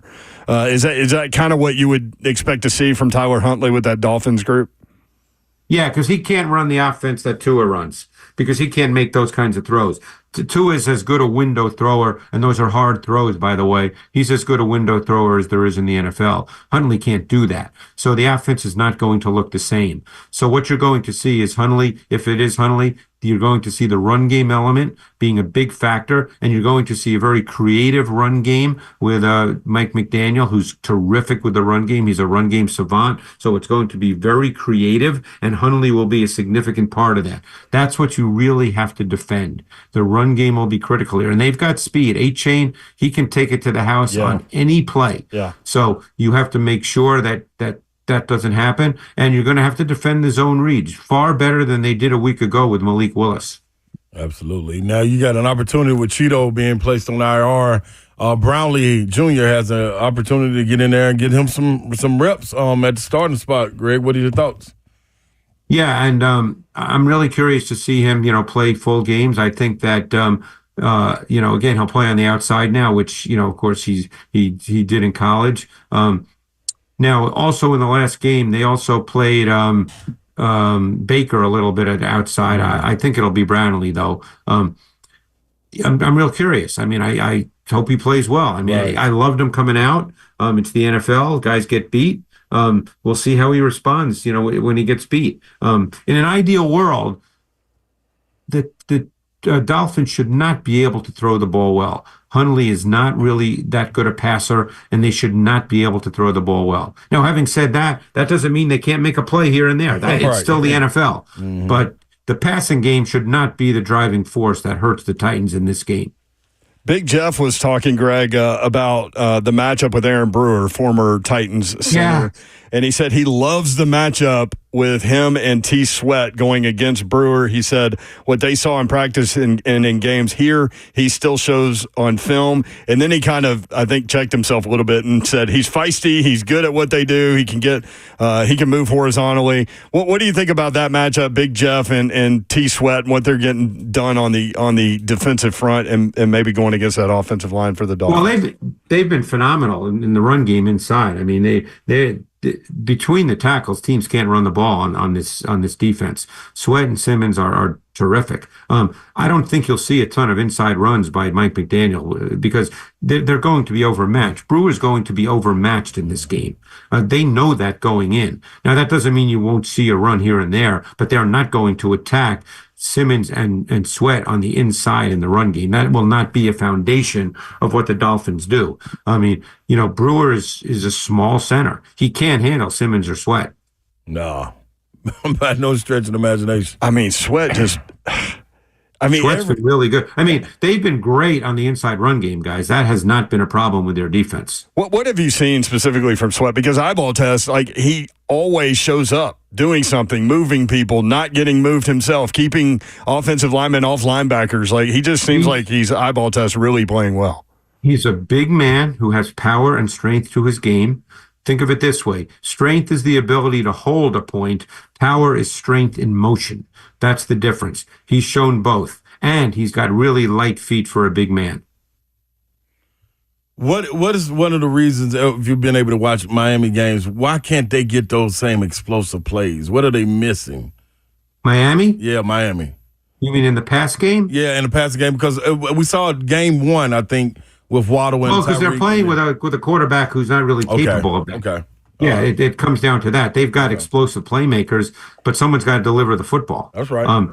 So, and by the way, when I went back this summer and watched about 252 dropbacks over a 2-day period, the large percentage of their explosive plays, come from intermediate passes that Waddle and Hill turn into explosive plays. They don't get their explosive plays from deep throws. Right. A lot of people think a fade ball is a deep throw. A fade ball is not a deep throw. Tua is a great fade ball thrower, but that's not a deep pass. Right. So, they get a ton of their explosive plays from those unbelievable window throws that Tua can make, and then guys run after catch. Right. They don't have a quarterback who can make those throws right now. Yeah, get it to the playmakers quick. Let the playmakers be playmakers. And Tua is so good at hitting those guys on the run. Right. Oh, my, yeah. I mean, he throws them open. He's just Purdy's really good at that. Tua's really good at. There's certain quarterbacks who are really good at that. That's a really difficult thing to do. Throwing the ball between the numbers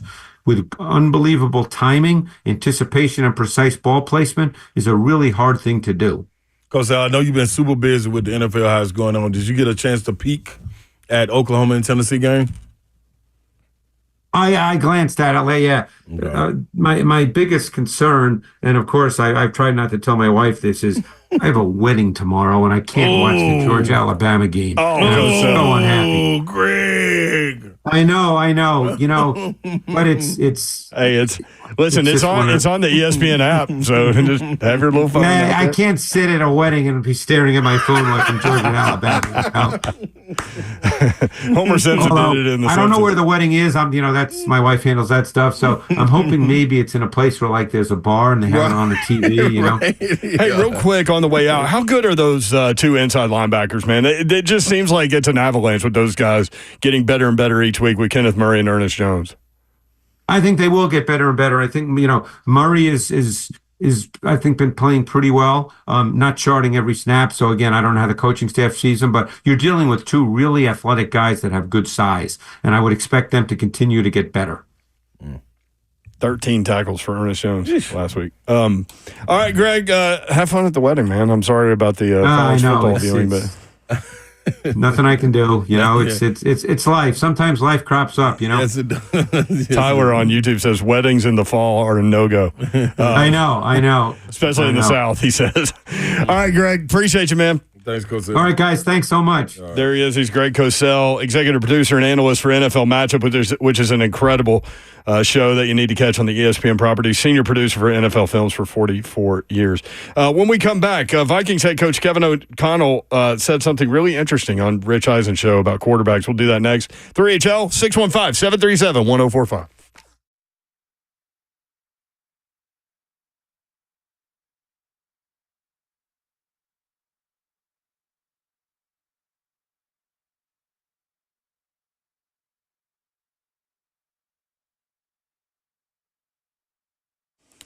Someone asked the other day, do you know how many devices the average home has connected to their Wi-Fi network? It's way more than I thought. I actually went home and counted how many connected devices I own, and it's way more than I thought.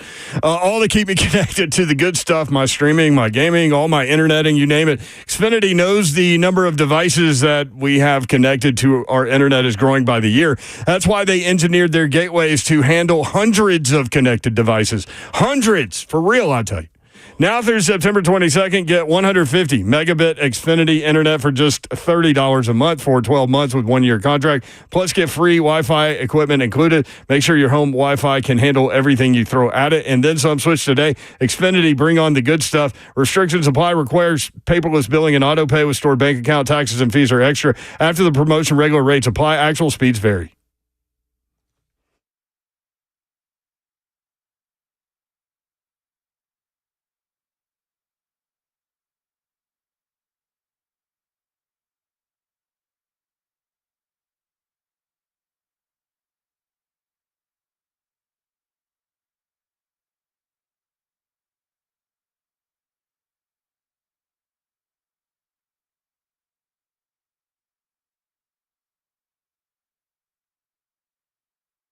I want to tell you about Outdoor Lighting Perspectives of Nashville. And maybe you are realizing, I hate to bring it up to everybody, but it's getting darker earlier because fall is here. But now it's finally the time where you can sit outside and enjoy your deck or patio without sweating, right? Don't you need lights for that? Once it gets dark, maybe you want to enjoy dinner on your deck, but you can't see your food. Outdoor Lighting Perspectives of Nashville can help you out. They've been around for over 38 years, been making homes stunning with landscape lighting. Nashville's oldest landscape lighting company. They are the leader in LED technology. They can help you light up your night with festival lights, path lights, wall washing, tree lighting, area lighting. They do the design, the installation, and the maintenance on your lighting as well. Permanent roofline lighting by Gemstone Lighting. They do commercial lighting, holiday lighting. It's safe to say Outdoor Lighting Perspectives of Nashville does it all, and they do it all well. And I can attest to it because we get to eat on our deck now because we can actually see our food with our new outdoor lighting from Bob Lyons and his team. Reach out to them. Let them make your home stunning and enhance your landscape with Outdoor Lighting Perspectives of Nashville. Go to outdoorlights.com/Nashville.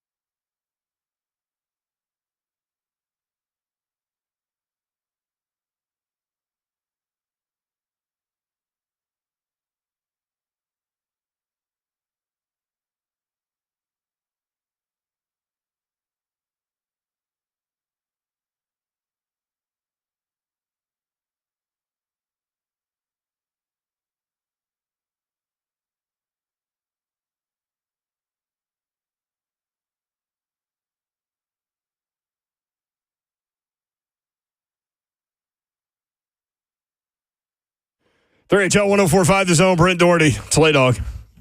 What do you think about this Oklahoma at Auburn game? Oklahoma has, one scholarship receiver? They've got their top 5 wide receivers out. No. And Jackson Arnold got benched. Who's that other guy, Michael Hawkins? Yep. Hawkins can run too, though. He can. Yeah, he can move too, but I don't think that's the type of game you want to go. Turnovers is going to dictate. Yeah, and man, on the road both in the these, SEC. Both these defenses are going to. This is their first SEC road game, too. Mm-hmm. The only thing they got in their favor is Auburn is struggling at QB. And Oklahoma's defense is really good. Peyton Thorne will get the start again. Quarterback. Like, Peyton, what are you going to do? I don't think he would know the answer to that question. You don't think you got a clue what he going to do in the game, a home game, against Oklahoma, against that defense? Pete Thamel said Peyton Thorne set to start for Auburn against Oklahoma on Saturday.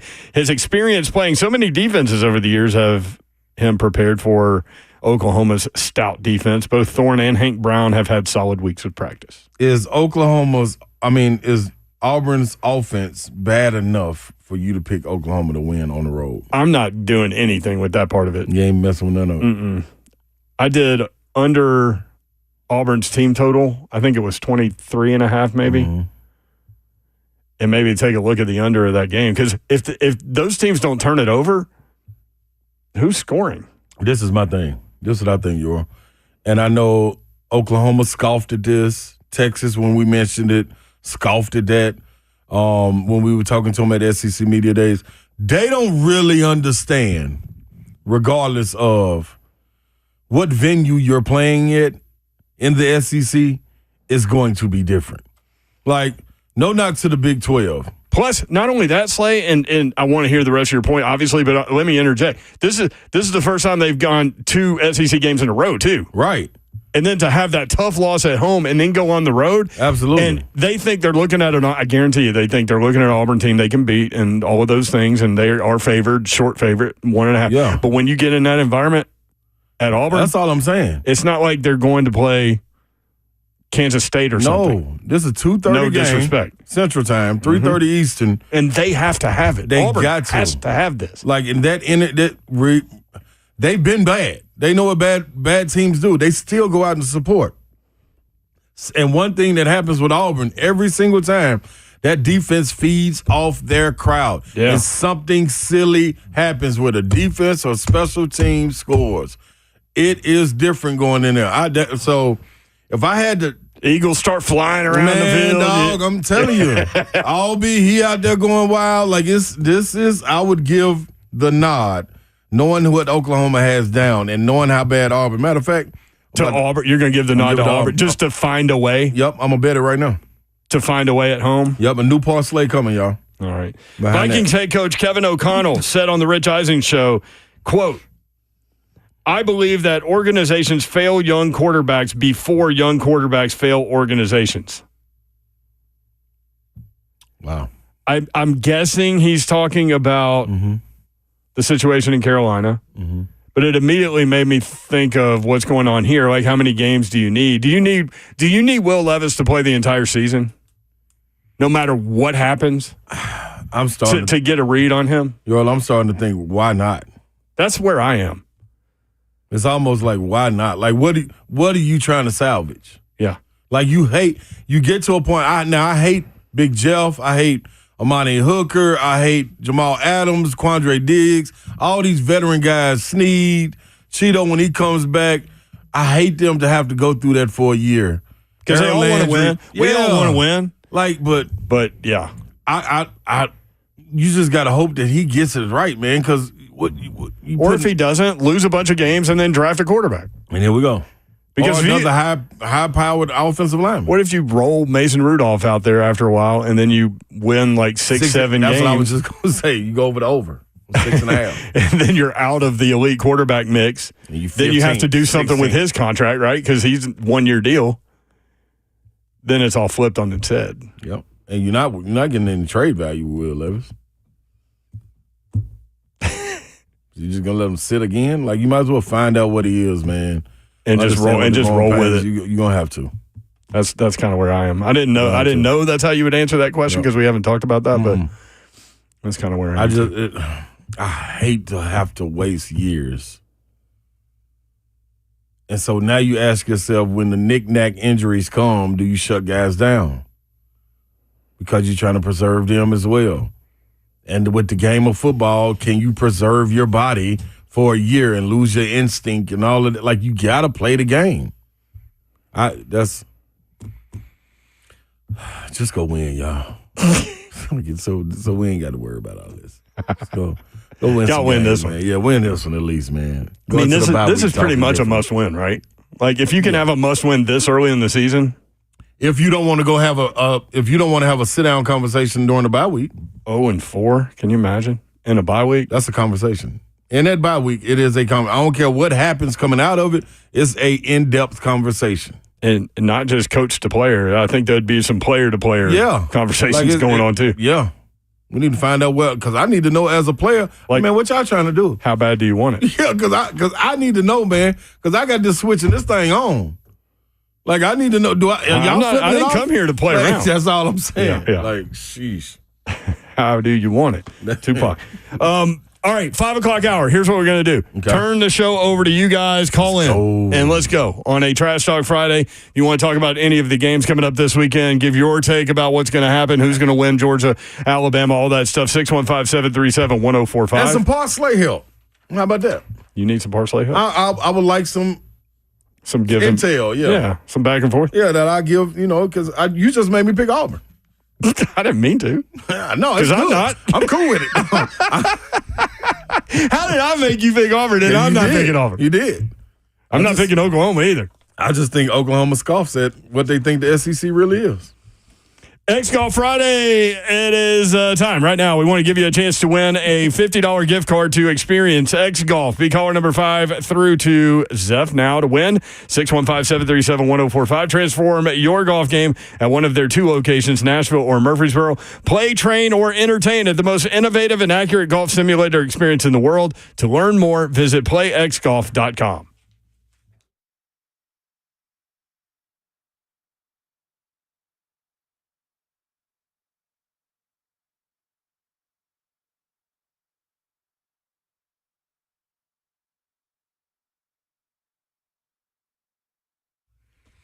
What's up, y'all? Brentwood Jewelry. Get over there to 7012 Church Street. He's located in the heart of Brentwood, just off of Franklin Road. Get you something very, very nice for a special someone. Or, hey, listen, you want to surprise somebody. A graduation happening, a happy birthday, an anniversary, or they just had a great week at school. Or they're getting ready to go on fall break, which a lot of kids are. You want to go on and present them with something coming home. Hey, look, I got this for you. Look at this pennant. Look at this heirloom that we're getting passed down to you guys. It can all be yours. It's precious, too. It's not a style or a piece that you'd wear. It's hard to let someone take your priceless heirloom and transform it. Brandon and the family over at Brentwood Jewelry can get it done. It's exceptional style, exceptional deals every day for over 50 years. Monday through Friday, 9 a.m. to 6 p.m. and Saturdays, 9 a.m. to 4 p.m. Always a click away at BrentwoodJewelry.com. Get in there, man. Get all your needs, watches, engagements, whatever you can't miss. It's BrentwoodJewelry.com. It is football time in Tennessee. Where are you catching all the college and pro games this season, this weekend? Scoreboard Bar and Grill is where you need to be. There are 3 locations. So one is near you, Scoreboard Opry, near Opry Mills Mall in Donaldson. Scoreboard Cedar Creek. You'll find Arlo out there. He's a great dude. Introduce yourself. He'll have a white styrofoam cup filled with vodka. Right side. Scoreboard Four Corners in Laverne. Beautiful location as well. All Scoreboard locations have brand new football menus with new food and drink items, sure to impress anyone. Some of the best hot chicken, slow smoked ribs, wings, and barbecue, the coldest beer, and the largest bushwhacker selection in Nashville. And all locations have plenty of free parking. Scoreboard Bar and Grill has its own built-in party. Every scoreboard has tons of TVs, and we'll have all of your favorite games on with full sound. And get this, too, Scoreboard giving away UT tickets to every home game all season long. You know which UT I'm talking about. I don't even have to specify. Watch their socials for more information. If it's football time, it's Scoreboard time. Scoreboard Opry, Scoreboard Cedar Creek, at Scoreboard Four Corners, Scoreboard Bar and Grill.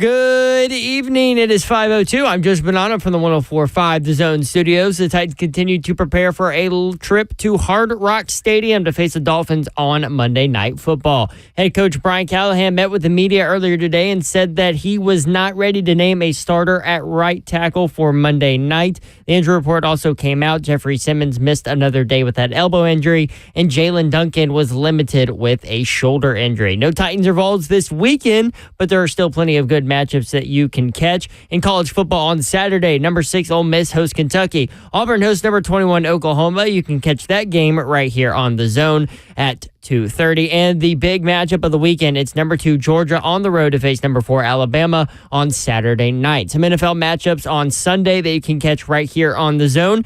Jags and Texans facing off in a division battle. Then we'll go to the mid-afternoon slate, Chiefs on the road to face the Chargers, and then Sunday night football between the Bills and the Ravens in Baltimore. For our foundation repair and waterproofing needs, you need to visit USSTN.com. Breaking news at once on your home for the Titans and Vols. This is 104.5 The Zone.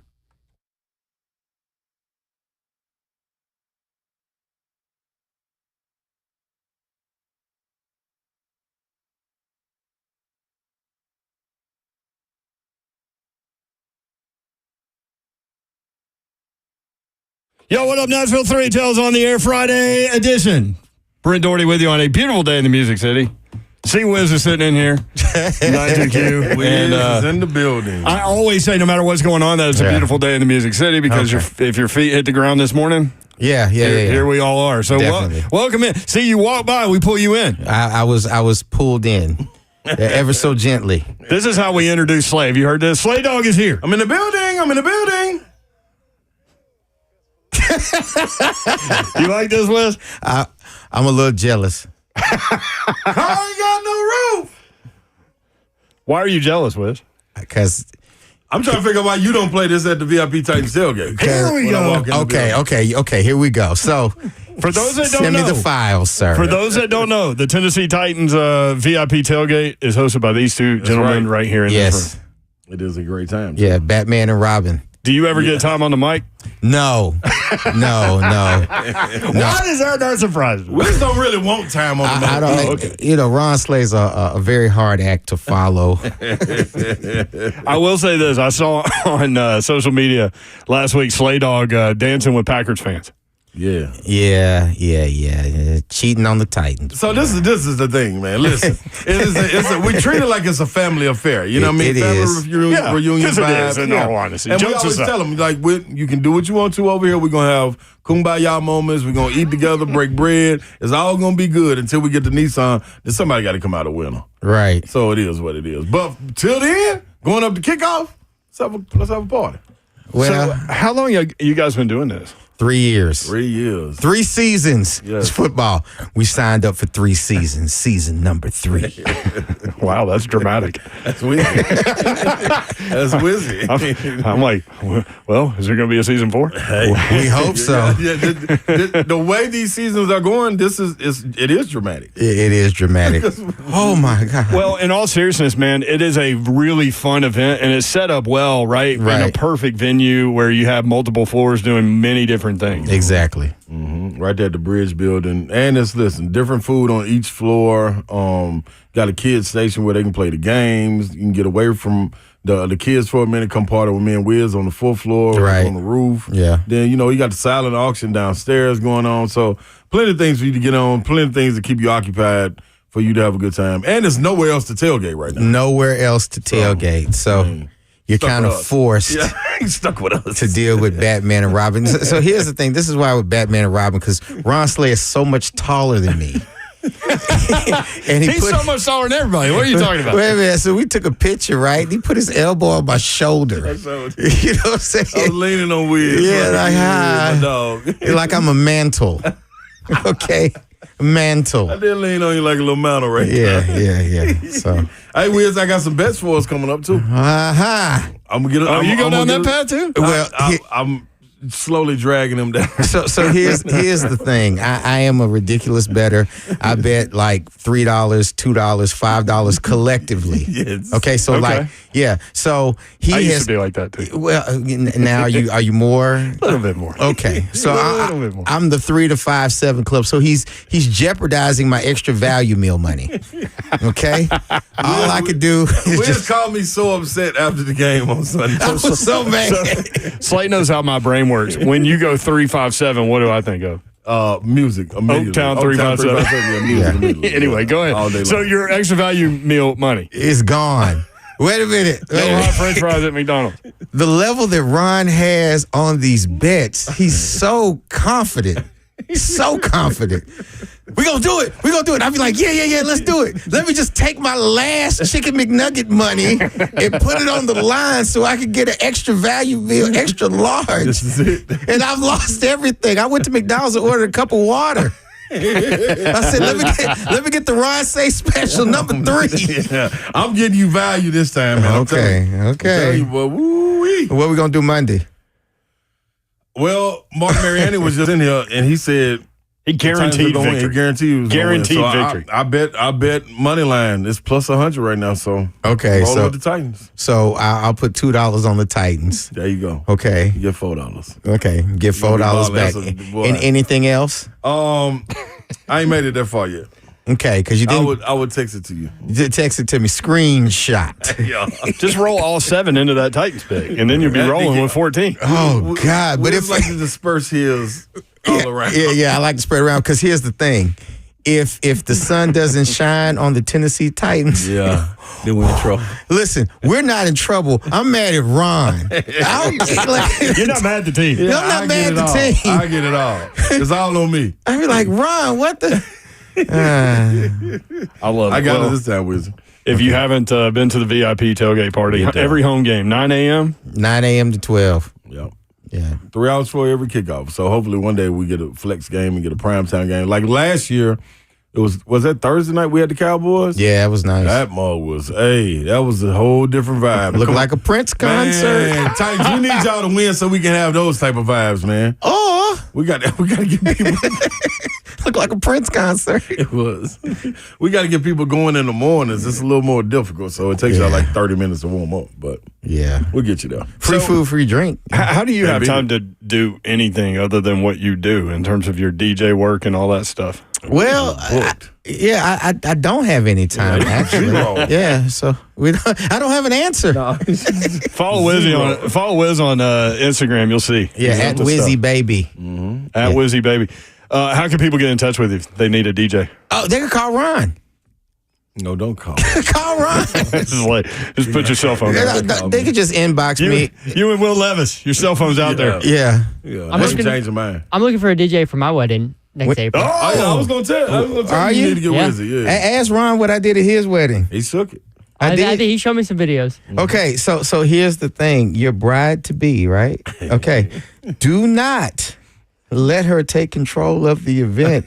We stayed until the lights came So on bad. because his wife was like, leave, come back, stay, go, make me smile, make me cry. Where's Ron? Bring him over here. Tell him to go away. Eat dinner. Don't eat. Why is the food gone? Bring the food back. Like it was everything. Live. It was. It was everything. But you know how I got her to calm down? I kept playing line dance music. And I wouldn't- she said, you tried to tire me out. Ain't nobody stupid. The other thing he wouldn't do was play anything that Dawn Davenport requested. Yes, she wanted to hear some 80s. She said it was like 80s white people music. Is how she put it. Oh, God. What, man? Shout out to Sackham Souls at UK since I'm on the air. Oh, okay, yeah. Shout out to him. And I know me and Souls went to Lane College Oh, together. okay. All right. Okay. So All I right, did good era. All right, man. Are you gonna be over there? What is it? It's about 2 weeks, 3 weeks when First Take comes to TSU. You gonna be over there doing that? No one has called me yet. Tell Ain't nobody Stephen call me either. Tell Stephen A to text me. Yeah, I need to get the number to text to tell him to text you. You'll give Stephen A your number, but I can't give the world your number. That's gonna be a good event, man. They coming in about 2 weeks. That's gonna be live. First That Take. is going to be live. First Take at TSU. Yeah. Speaking of TSU, they host Charleston Southern Saturday, 5 o'clock ESPN Plus. What y'all gonna do, TSU. Wiz? at 2-2. Good Charleston victory. Southern at 1-2. I'm on DJ and we gonna win. Okay. There you go. Yeah, I'm on DJ and we gonna win. I like it. Yeah, play Sample. young Dolph. Yeah, That sounds like a T-shirt. I'm on DJ. We gonna win. I'm on DJ. We That gonna is. win. Copyright. Let's make that happen. I love it. There he is. He's Wizzy at Wizzy Baby. Yes. On Instagram. Check him out there. All right, when we come back, we'll dive into Georgia and Alabama. We want your take. 615-737-1045. Peace.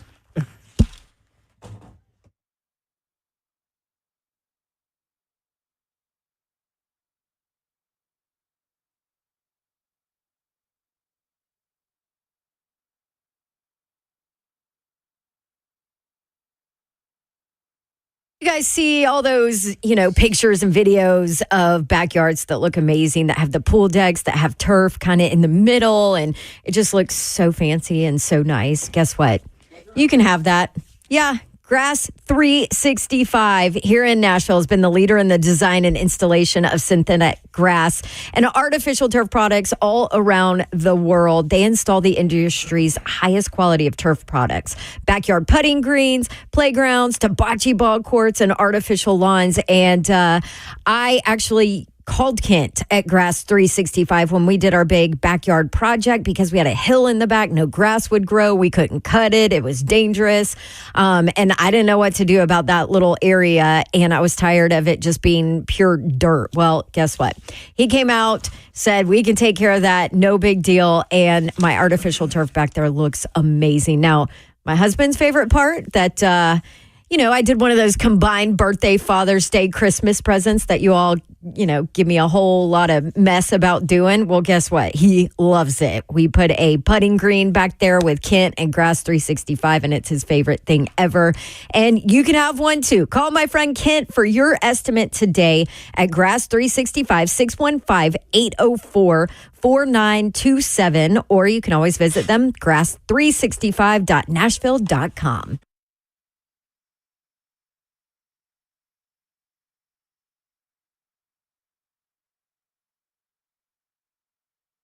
I love living in Middle Tennessee. We've got great restaurants, entertainment, sports, and one of the nation's top Ford dealers right here in our backyard.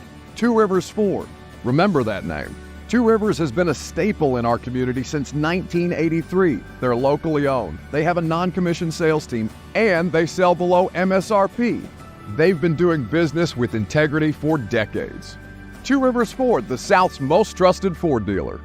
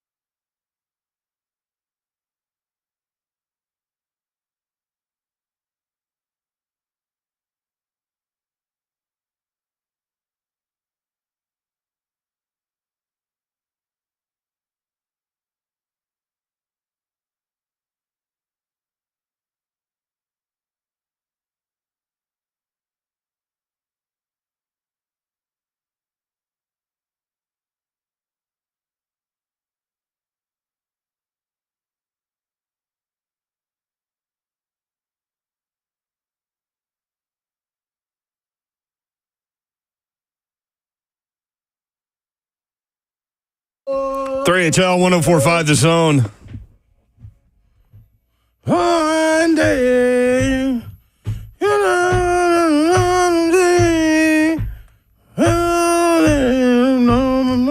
come on, Stapleton. Come on, man. Sometimes, you know, when you sing and I'm like, man, you really nailed that. You were really in key. And sometimes. Not so much that time. Love you, bro. Love you back. Giants wide receiver Malik Neighbors went off last night, but left with a concussion. And serious, man. Is in concussion protocol. Neighbors caught 12 balls for 115. That's a player.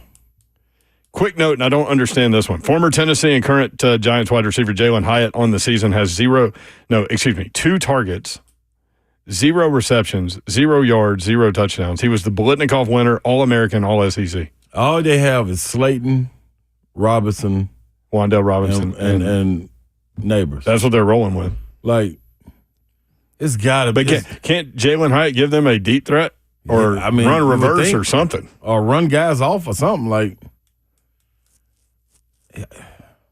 Another note from that game, Cowboys beat the Giants 20-15. Dak and CD, $126 million between those two players. All 30 Giants offensive players make $132 million. What? So those two make 126, Dak and CD. Yeah. All 30 Giants offensive players combined make 132. Wow. You better deliver. That from Spot Track. And then Dang. Army beat Temple last night. I don't know if y'all saw this, 42-14. Army is 4-0. People think they're going to be 9-0 when they go play Notre Dame. Dog, some told me to stay away from that game. I was going to reach out there and mess with Temple, but I'm glad I didn't, man. Army got it rolling. So Army-Navy game ought to be good. Check this stat, and we'll be there. Check this stat. Where is it this year? Washington? Washington, D.C. Right. Washington, D.C. Here's did you just try to go Keith Jackson? I tried. That ain't my thing. That's your thing. But I say yes indeed. I know. Yes indeed. Yeah, I don't know why I did. Yes indeed. Yeah, it's better than me. Yards rushing in that game last night. Yeah. Temple -5. Oh, come on. Army 417. Come on, Temple. Oh, man. You said you can't get ready for that option. I'm running them all out right now. Raiders will be without defensive lineman Max Crosby and wide receiver Devontae Adams. Might want to take a look at that one. Oh. They're playing Cleveland, 3:25 p.m. They're 1.5-point underdog last time I looked. Oh, let me look at that now. I know that had to change. Antonio Pierce didn't know if he was going to go with Gardner Minshew either, though. So I wonder what's his decision with that one. Who's the backup?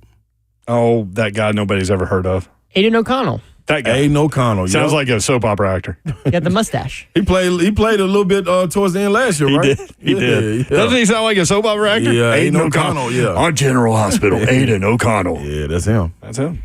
I wonder if they're going to roll him out there. From Kayla Anderson. Hey, KK. The Titans are 26-19 all-time on Monday Night Football, including 9 wins in their last 12. They're 9-3 in their last 12 on Monday night. Okay. I should have read this to Moonshine before he made his pick, but it wouldn't have changed anything. He still would have gone with Titans record against Miami on Monday Night Football, 3-0. Titans have not lost to the Dolphins on Monday Night Football. Oh, that just go and confirm everything Moonshine said. Let's roll. From Barstool Sports. I feel like we're kind of like, what's that show on TV that just does the headlines and then they talk about That's it? That's on SNL. No. Saturday Night Live? Yeah, y'all don't know what's the black guy and the white guy that does the Weekend Update? Yeah. Yeah, that's what we got to start doing. White guy. That's what we got to start doing. You know That's our show right there. Yeah, I'm trying to tell you. It's pardon the interruption is what you're thinking of. PTI. That's a black guy and white guy too. There you go. Boy, this whole black guy, white guy thing is just sweeping the nation. Wide range going on here, brother. We got a white lady. We'll be back on Monday. Oh, man. Okay. When y'all wanted to know when did this show lose it? Right now. It's always ticking down to it. White lady. She'll be back on Monday. She will. Oh, man. Yes, what was I going to say? Oh, Michael Chi and Colin Jost. Jost. They got like a special or something coming out too. Just them. Like a Christmas special? No, it's like a Colin Joseph's been in studio with us. Oh, really? That dude's funny. But like in a kind of serious way. He's kind of hard to read. Yeah, it's dry comedy too, though. Yeah. My goal every time. I would love to have them on. I've been coughing ever since those people at Smyrna gave us the Buffalo Trace shot. I don't even think those Buffalo Trace. That's what they said. I talked to them after the show. Oh, you did? Mm-hmm. Oh. Their show is on Peacock? Yes, they're stand-up. They're doing they're co-hosting a stand-up show together, and it'll be on Peacock. I'm telling you. Boy, they're funny together, too. I'm going on. Is it on there yet already? Is it on there yet already? Yeah. September 12th is when it came out. Yeah, I'm going. I know what I'm doing this weekend. After the games. I was going to say. Yeah. You're going to smoke cigars. Yep. You're going to drink bourbon. Yep. Some high-priced bourbon. Yes. And then you're going to watch Peacock. Let me see what the late games are. Oh, there'll be games. Oh, that show is. I mean, I ain't going to be able to watch it till late. All right, from you know what Barstool the late Sports. game is? What is the late game? Alabama, Georgia. Oh, well, no, I'm talking about. He's talking about late. Like Oregon play UCLA at 10. Okay, like after dark games. UCLA sucks. I know. I'm going to take, that's 25.5. That's a lot. From Barstool Sports, Bears rookie quarterback Caleb Williams purchased a home in Chicago. He's there to stay. For $12.9 million. Damn. That's his contract, ain't it? What is his contract? That's going to, I mean. 12.9 first home? Yeah. You know what, though? Let me wait till I tell you. That. Wait till I tell you one of the things that he has in his house. To think about that, though, he's been getting NIL in boatloads for about 3 years before getting to the league. So right. That may not. All right. But to buy a $12.9 million house, shouldn't you have about 80? At least 30. Okay, so 30. 3 times. Caleb Williams signed a 4-year, $39.5 million contract that included $25.5 million signing bonus, all of it completely guaranteed. Yeah, so he gave us $40 million guaranteed, but he's going to walk away with what? Yeah, that's what I'm saying. $24 million? He just spent his whole signing bonus on it. And he spent half of his entire contract on a house. Hey. But, I mean, I'll go along with that thinking, like, if football's gone and I've got this house paid for, I wanted to appreciate. I mean, I'm never moving, probably, but just look at Lake Michigan. You could have found like a $5 million house. That's that would have been nice. Yeah. Let's go. If I was a rookie in Chicago, I'd be in one of those high rises. I guarantee you. Yeah. Wouldn't you? That's probably just as much, though. I mean, you could find 12.9. In college, didn't he live in like one of the high rises in LA? Yeah, that's what I'm saying. Ain't many high rises, but yeah. Or there really aren't. Why is that? Earthquake. Oh, good point. Look at both of y'all. I've always wondered that when I see movies in downtown, it doesn't have really a skyline. Mm-hmm, it don't. It's the taller, one of the taller buildings in LA, I should say. Then listen to you. Just voice of reason over there, Slay. I looked into one on when we was staying out there when I was playing, and then somebody mentioned that. No, but they said I think Kobe or Shaq or somebody took the whole floor, so it was no longer available. Took the whole floor, the entire floor, not one of the condos or one of the penthouses, the entire floor. Well, that's smart because they can make the elevator not stop on that floor too, right? Mm-hmm. All right. Well, let me get through this. Sorry, $12.9 million. The house includes a sport court. Okay, it's a sport court. It's pickleball and tennis and all and that. Basketball. And basketball. Yeah, and it's like that rubberized lefty too. Yeah. It's like that rubberized Kenny Anderson. I got you. Yeah. That rubberized stuff. Mm-hmm. Lots of people around here have them. Yeah, they do. Views of Lake Michigan. So they're literally telling you he's right on Lake Michigan. He's living on the lake. Yeah. Ooh, that's pretty cool. And really cold in the winter. Ooh, that's gonna be beautiful though, looking out the window. Just make sure you got good glass. Guess what else he has in the house? What? An indoor ice skating rink. See, this is where it goes too far. This is where it goes too far. You don't need all that. Isn't there some upkeep to an ice skating rink? Come on, man. Like you know when the Preds play in the summer, they got to do all kinds of special things to that ice every day. Yeah, like ice skating rink in your. Who's coming over there to do that? Like, are you inviting the national team over to practice? Also, there's no way the Bears are letting him just go freely ice skate whenever he wants. Well, that's one thing I started thinking about because that's ankle injury written all over it. Maybe his daughter or somebody is an ice skater, want to be. You think so? Maybe. I like it got to be something. Who has an ice skating rink in their house? And for what? Hey, y'all want to go ice skating? Nah, dog. When's the last time you've been ice skating?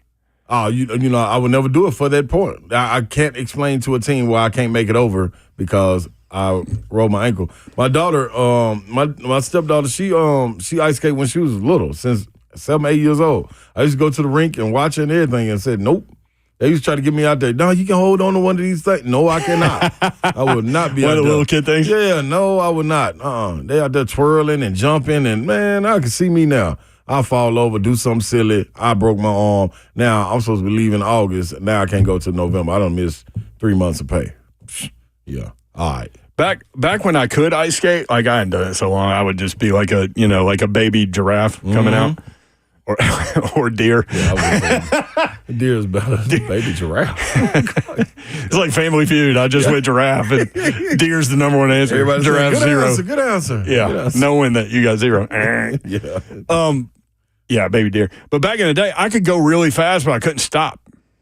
So I would have to jump into the wall to stop. Oh no. To kind of catch myself and to kind of slide down like in a cartoon. Yeah, no. That don't sound fun, Yor. Slamming into the wall as fast as you can to stop. I would go as fast Slowly as I could. sliding down. Nah. Again, if you missed it, we talked about this earlier, and we'll get to Georgia, Alabama. But this from the Tennessean, the 45-acre property occupied by PCS Metals will head to auction this year, according to real estate firm CBRE. There is not an exact date as of yet. It will likely happen in mid-November, according to CBRE. There will be a minimum number accepted at the auction, so you can't, they're not just going to hand it over for, here's $100. With all due respect to PCS Metals, that space is an eyesore, man. And how great does this city look when you come in from north of town, when you come in from south of town, yes, when you come in from west of the city, yep. But when you come in from east, that's when you come in from the airport. Yep. And so, people are flying in going, Nashville, it's city. Yeah. We got this junk. What is that right there? What is going on here? Yeah. I forgot about that part. So I started immediately thinking, we did when we saw this story yesterday, and we didn't get it confirmed until Tennessean did it today. But could this be the bring the MLB to Nashville people? Eyeing this opportunity, or somebody different than them. Right. Because what I've heard is you need a guy with change to be involved in it. And when I talk change, $6, $7, $8 billion, you need that kind of worth. And Bill Frisk can get you there. Yeah. Absolutely. Several times over. Right. With some money to sneeze at. I thought this was interesting. Somebody mentioned Jimmy and Dee Haslam can get you there. And so Major League Baseball would want to see sports ownership within the group, right? So Jimmy and Dee Haslam own the Cleveland Browns, the Milwaukee Bucks, and the Columbus Crew. What did they just sell though? The Haslam sold something. Did they sell something? Was it Pilot? Or maybe they sold some shares of it or something. Because they turned over the ownership group of Pilot. Yeah, okay. I mean, they're still involved, but we had the CEO on not too long ago. But that's a solid portfolio to put in front of the Major League Baseball selection committee. Absolutely. So how much would that land go for? 45 acres. I found a 1-acre plot over there that is listed for $15 million. Oh, come on. So that would put you at $650? I don't think it goes for that, but I really don't know. I asked some people in that world, multiple people in that world about it, and they were kind of all over the board too. Yeah. 45 acres in downtown Nashville. Well, $500 million? Oh my gosh. What you gonna make off of it is what's gonna be crazy. Right. That's gonna be the wildest part. I immediately started looking at baseball stadiums and stadia, to be exact, Latin-wise, but to see what kind of plots they sit on. And so the Texas Rangers, for example, Globe Life Field sits on 13 acres. I thought that was the most interesting one when you pulled out. And then the Braves play at Truist Park, which I think is probably the most likely, visual thing that we're going to have. Because the Titans have already talked about mixed use and residential and restaurants and bars and green space where you can tailgate and all these things. But the Braves play at Truist Park, which sits on 15 acres. So if you're going 15 acres, you still got 30 acres that you could conceivably sell to somebody else. Exactly. You know, another group that's running around buying stuff up, you saw them do it with the Commanders and them, Magic Johnson's group. Yeah. They've been. I wonder who else will pony up some things. Because that is a great point, because I don't even think we have to think locally necessarily, because for this story is going to go this is going to pique the interest of all of the billionaires in the country. Yeah, imagine what was it, 15 years ago, before the Gulch was renovated. Like, dude, everybody was down here to try to get a piece of the Gulch. Right. You know what I mean? And that's not an afterthought, but it's so much more around the city that they can dive into it. So they ain't going to miss this one. They ain't going to miss this.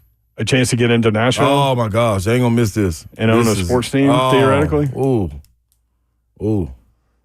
I wonder, boy, I if the Grizzlies wasn't so close. Yeah. I wonder would they go after an NBA team. The other thing is, for those that don't know and maybe don't follow this, because, you know, I mean, it's not a baseball market, but Major League Baseball wants to be here. Mm-hmm. They repeatedly talk about it. Rob Manfred, the commissioner, talks about Nashville all the time. And guess what? I would love to see it, too, because as an expansion team coming here, or if it's a team relocated, you got to go make them win, because that's the end thing. You got to be able to pull people in. You see what they did with Vegas. From what I hear, They wanted to, MLB wanted to figure out the Tampa situation, let Tampa figure out their situation, let Oakland figure out its situation. They just played their last game in Oakland Coliseum yesterday. Mm-hmm. They're going to Vegas. And then expand to franchises. One in Nashville, one potentially in, they were talking about Mexico. Wow. Or Canada, maybe go back to Montreal. I think Charlotte was mentioned too. I think the arms are open wide. Arms are wide open? Yes, indeed. You're not going to sing that one? No, I don't think we got enough time. So, Georgia, Alabama. Are you still solid? I know you went Georgia yesterday. I did too. Todd Furman he said a slight lean Georgia, and this was when it was 2.5. Right. Now it's 1.5. You still sold on Georgia being able to kind of corral Jalen Milroe and Ryan Williams and those guys? I'm rolling with Georgia still, just on the simple fact of the disrespect. Like, it's one thing to be disrespected, and it's another thing to be trying to earn respect. And I feel like Alabama is in the earn respect mode because of a new coach. Show what we can do. We belong. You know, we are still a dog. Georgia, on the disrespect level, this is get back. This is payback. Like, this is when you come to the door and let people know, nah, we still run this neighborhood. What you doing here? And I think that's what Georgia is. And what better platform or venue to go do it than on the road after what just happened to you? The SEC championship is still fresh to me. If this was game 8, 9 way down, then all right. But these dudes right here, no, and the way Carson Beck has been playing, yeah, you know what I mean? I'm even iffy on Carson Beck. Oh, me too. You know what I mean? So, and he's 16-1. And every time we get to thinking like that, they always come out and show defensively that they are still the juggernaut. Now, they got their work cut out for them. With Milroe and the whole gang running with them. With that offensive line, like, you're going to get to see. Georgia's just not as explosive on offense as they've been in the past. Or exciting as they've been. In the past. In the past, we've been able to watch. You know what? We ain't going to watch offense this game. We're going to watch defense and be excited like, ooh, look, man, watch this corner right here. I mean, I still don't feel that, but I know they're there. Watch their safety, Malachi Starks. That's an animal. Dude. That's an animal. Did you see that pick he had against Clemson? Yeah. Woo. Let me get that. Woo. One-handed. Yeah. Spinning around so he lands on his back. Yeah. It's going to be fun. Jalen Milroe, again, number 3 rated passer in the country, going against the nation's number 1 pass defense. And if you haven't seen Ryan Williams play, the wide receiver for Alabama, again, 17 years old, did not play his senior year of high school. He should be playing high school football this year. He reclassified to get to Alabama early. He won Mr. Football in Alabama 2 times despite not playing his senior year. Fun player to watch. It's going to be fun. Georgia 3-0, Alabama 3-0. Georgia favored by 1, 6:30 on ABC. Let's not fail to mention either, this is Kalen DeBoer's first SEC game as well. First real big. Mm-hmm. Stage test. All right, more 3HL when we come back. You got a quick little baby parsley? Yes, indeed. Do you have one for tonight? Or? oh, yeah. No, this all tied in. Oh, okay. Yeah, I'm scared a little bit tonight. Okay. All that's coming up next. 3HL 1045 The Zone.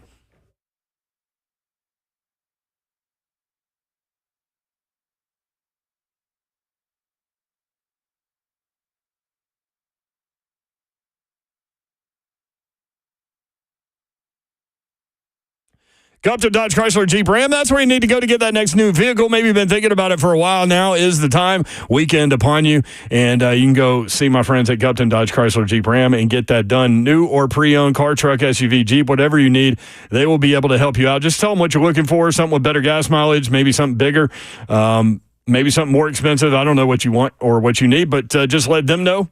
Daniel Gupton and his crew ready to help you out. They'll point you in the right direction. Take your test drive. And you'll go inside. They'll help make the numbers work, and it will be that easy. We've done shows out there and watched the process, and it's quick, easy. And people leave with smiles on their faces, as will you. 3450 Tom Austin Highway in beautiful Springfield, Tennessee. Just 30 minutes from downtown Nashville. Check them out online at GuptonMotors.com. All the dealership information is there. All of the inventory, all the deals they have going on right there. Address, phone number, all of it. GuptonMotors.com. Again, 3450 Tom Austin Highway in Springfield, Tennessee. Just 30 minutes from downtown Nashville. That's Gupton Dodge Chrysler Jeep Ram. Yes, football is back. There's no better way to bet on the big games than on Zen Sports, which is the newest sports book in Tennessee.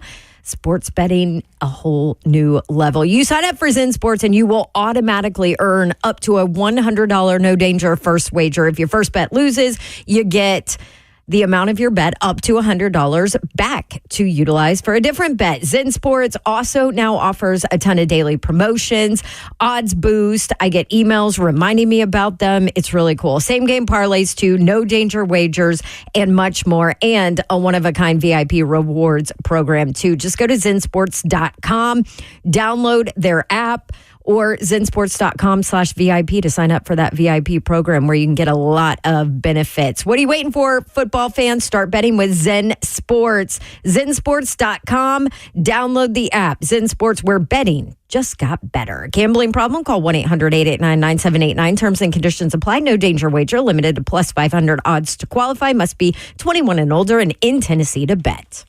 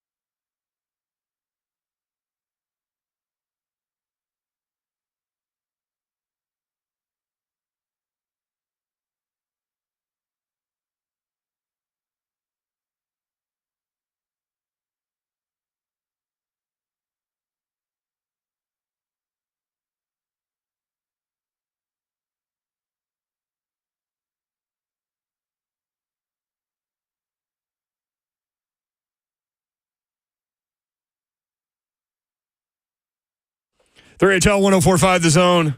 Zeph, you working at Cracker Barrel in Murfreesboro tomorrow? I'll be there 7 to 4. What are you doing? Probably flipping eggs. I'll be on the grill line. I always get my eggs scrambled, like literally every time. Is that like the most, what percentage of people get, what's the highest percentage of egg orders? Scrambled? Yeah, definitely. I mean, I'll have like 4 or 5 checks in a row that's just all scrambled, and I'll have like 20 to plus scrambled eggs in the bowl at the same time and on the grill at the same time. Wow. But they come in orders of 2, so it's really like 10 orders. Slado, you get them fried sometimes, don't you? Your eggs? Only on my burgers. Oh, well, yeah.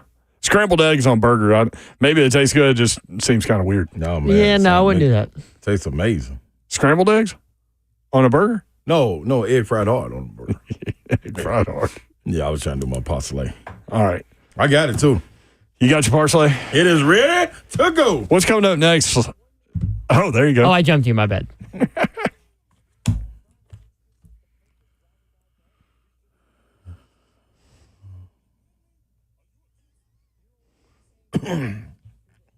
Bring me my money. You sent one parsley to me, you, and Todd didn't even have any jokes. What'd he say? He said he loved the image and then said, good luck, my friend.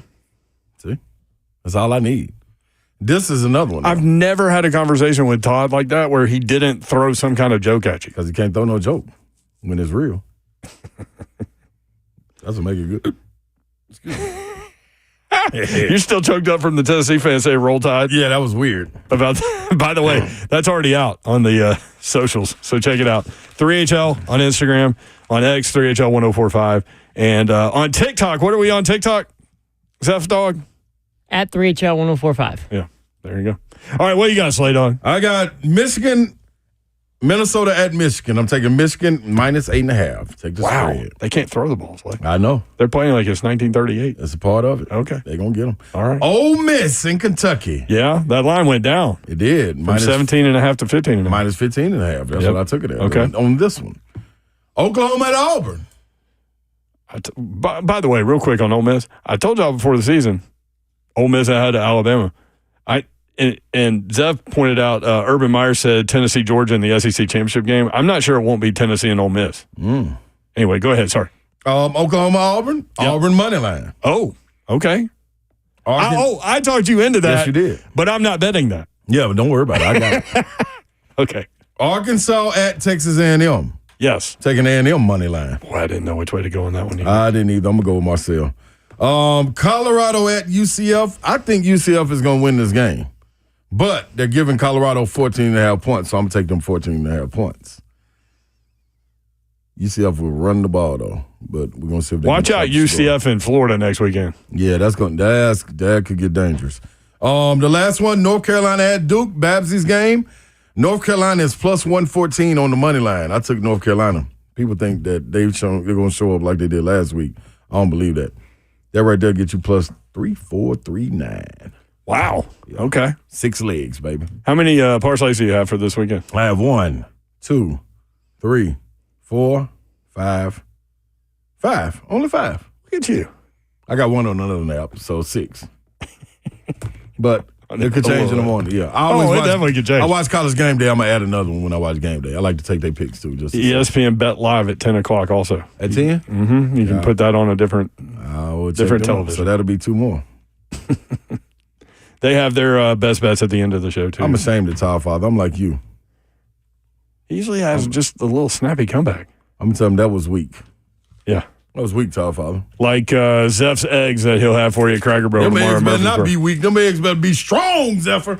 I'm actually really good at cooking eggs at Cracker Barrel.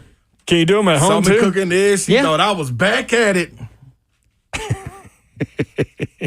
Which location are you at? Old Fort Parkway in Murfreesboro. There you go. Go see him. Ask for the egg cook. Tell him how good they were. I'll go see Zeph, man. Go ahead and tip him. He'll do a great job. I'll take a tip. Yeah, man. I'll take a tip. Yeah, tip the cooks. Slay taught me that. Yeah, you better. At Waffle House. Man, what? They're going to take care of you.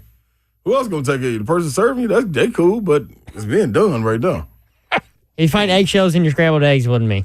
Oh, you the only one back yourself. All right. We appreciate you including us in your day, in your week, all those things. And we do not take that for granted, nor do we take that lightly. Babsy, you'll be back on Monday. She's at Duke, North Carolina, so check her out, 3 o'clock ESPN2. Hope you have a great weekend. Good night. God bless. Hey, see, you wouldn't want to be here unless you're Trailenberg, Tajay Spears, or guess what, y'all? An Alabama fan or a Georgia fan. We didn't get to hear from them at all today. Shame on them.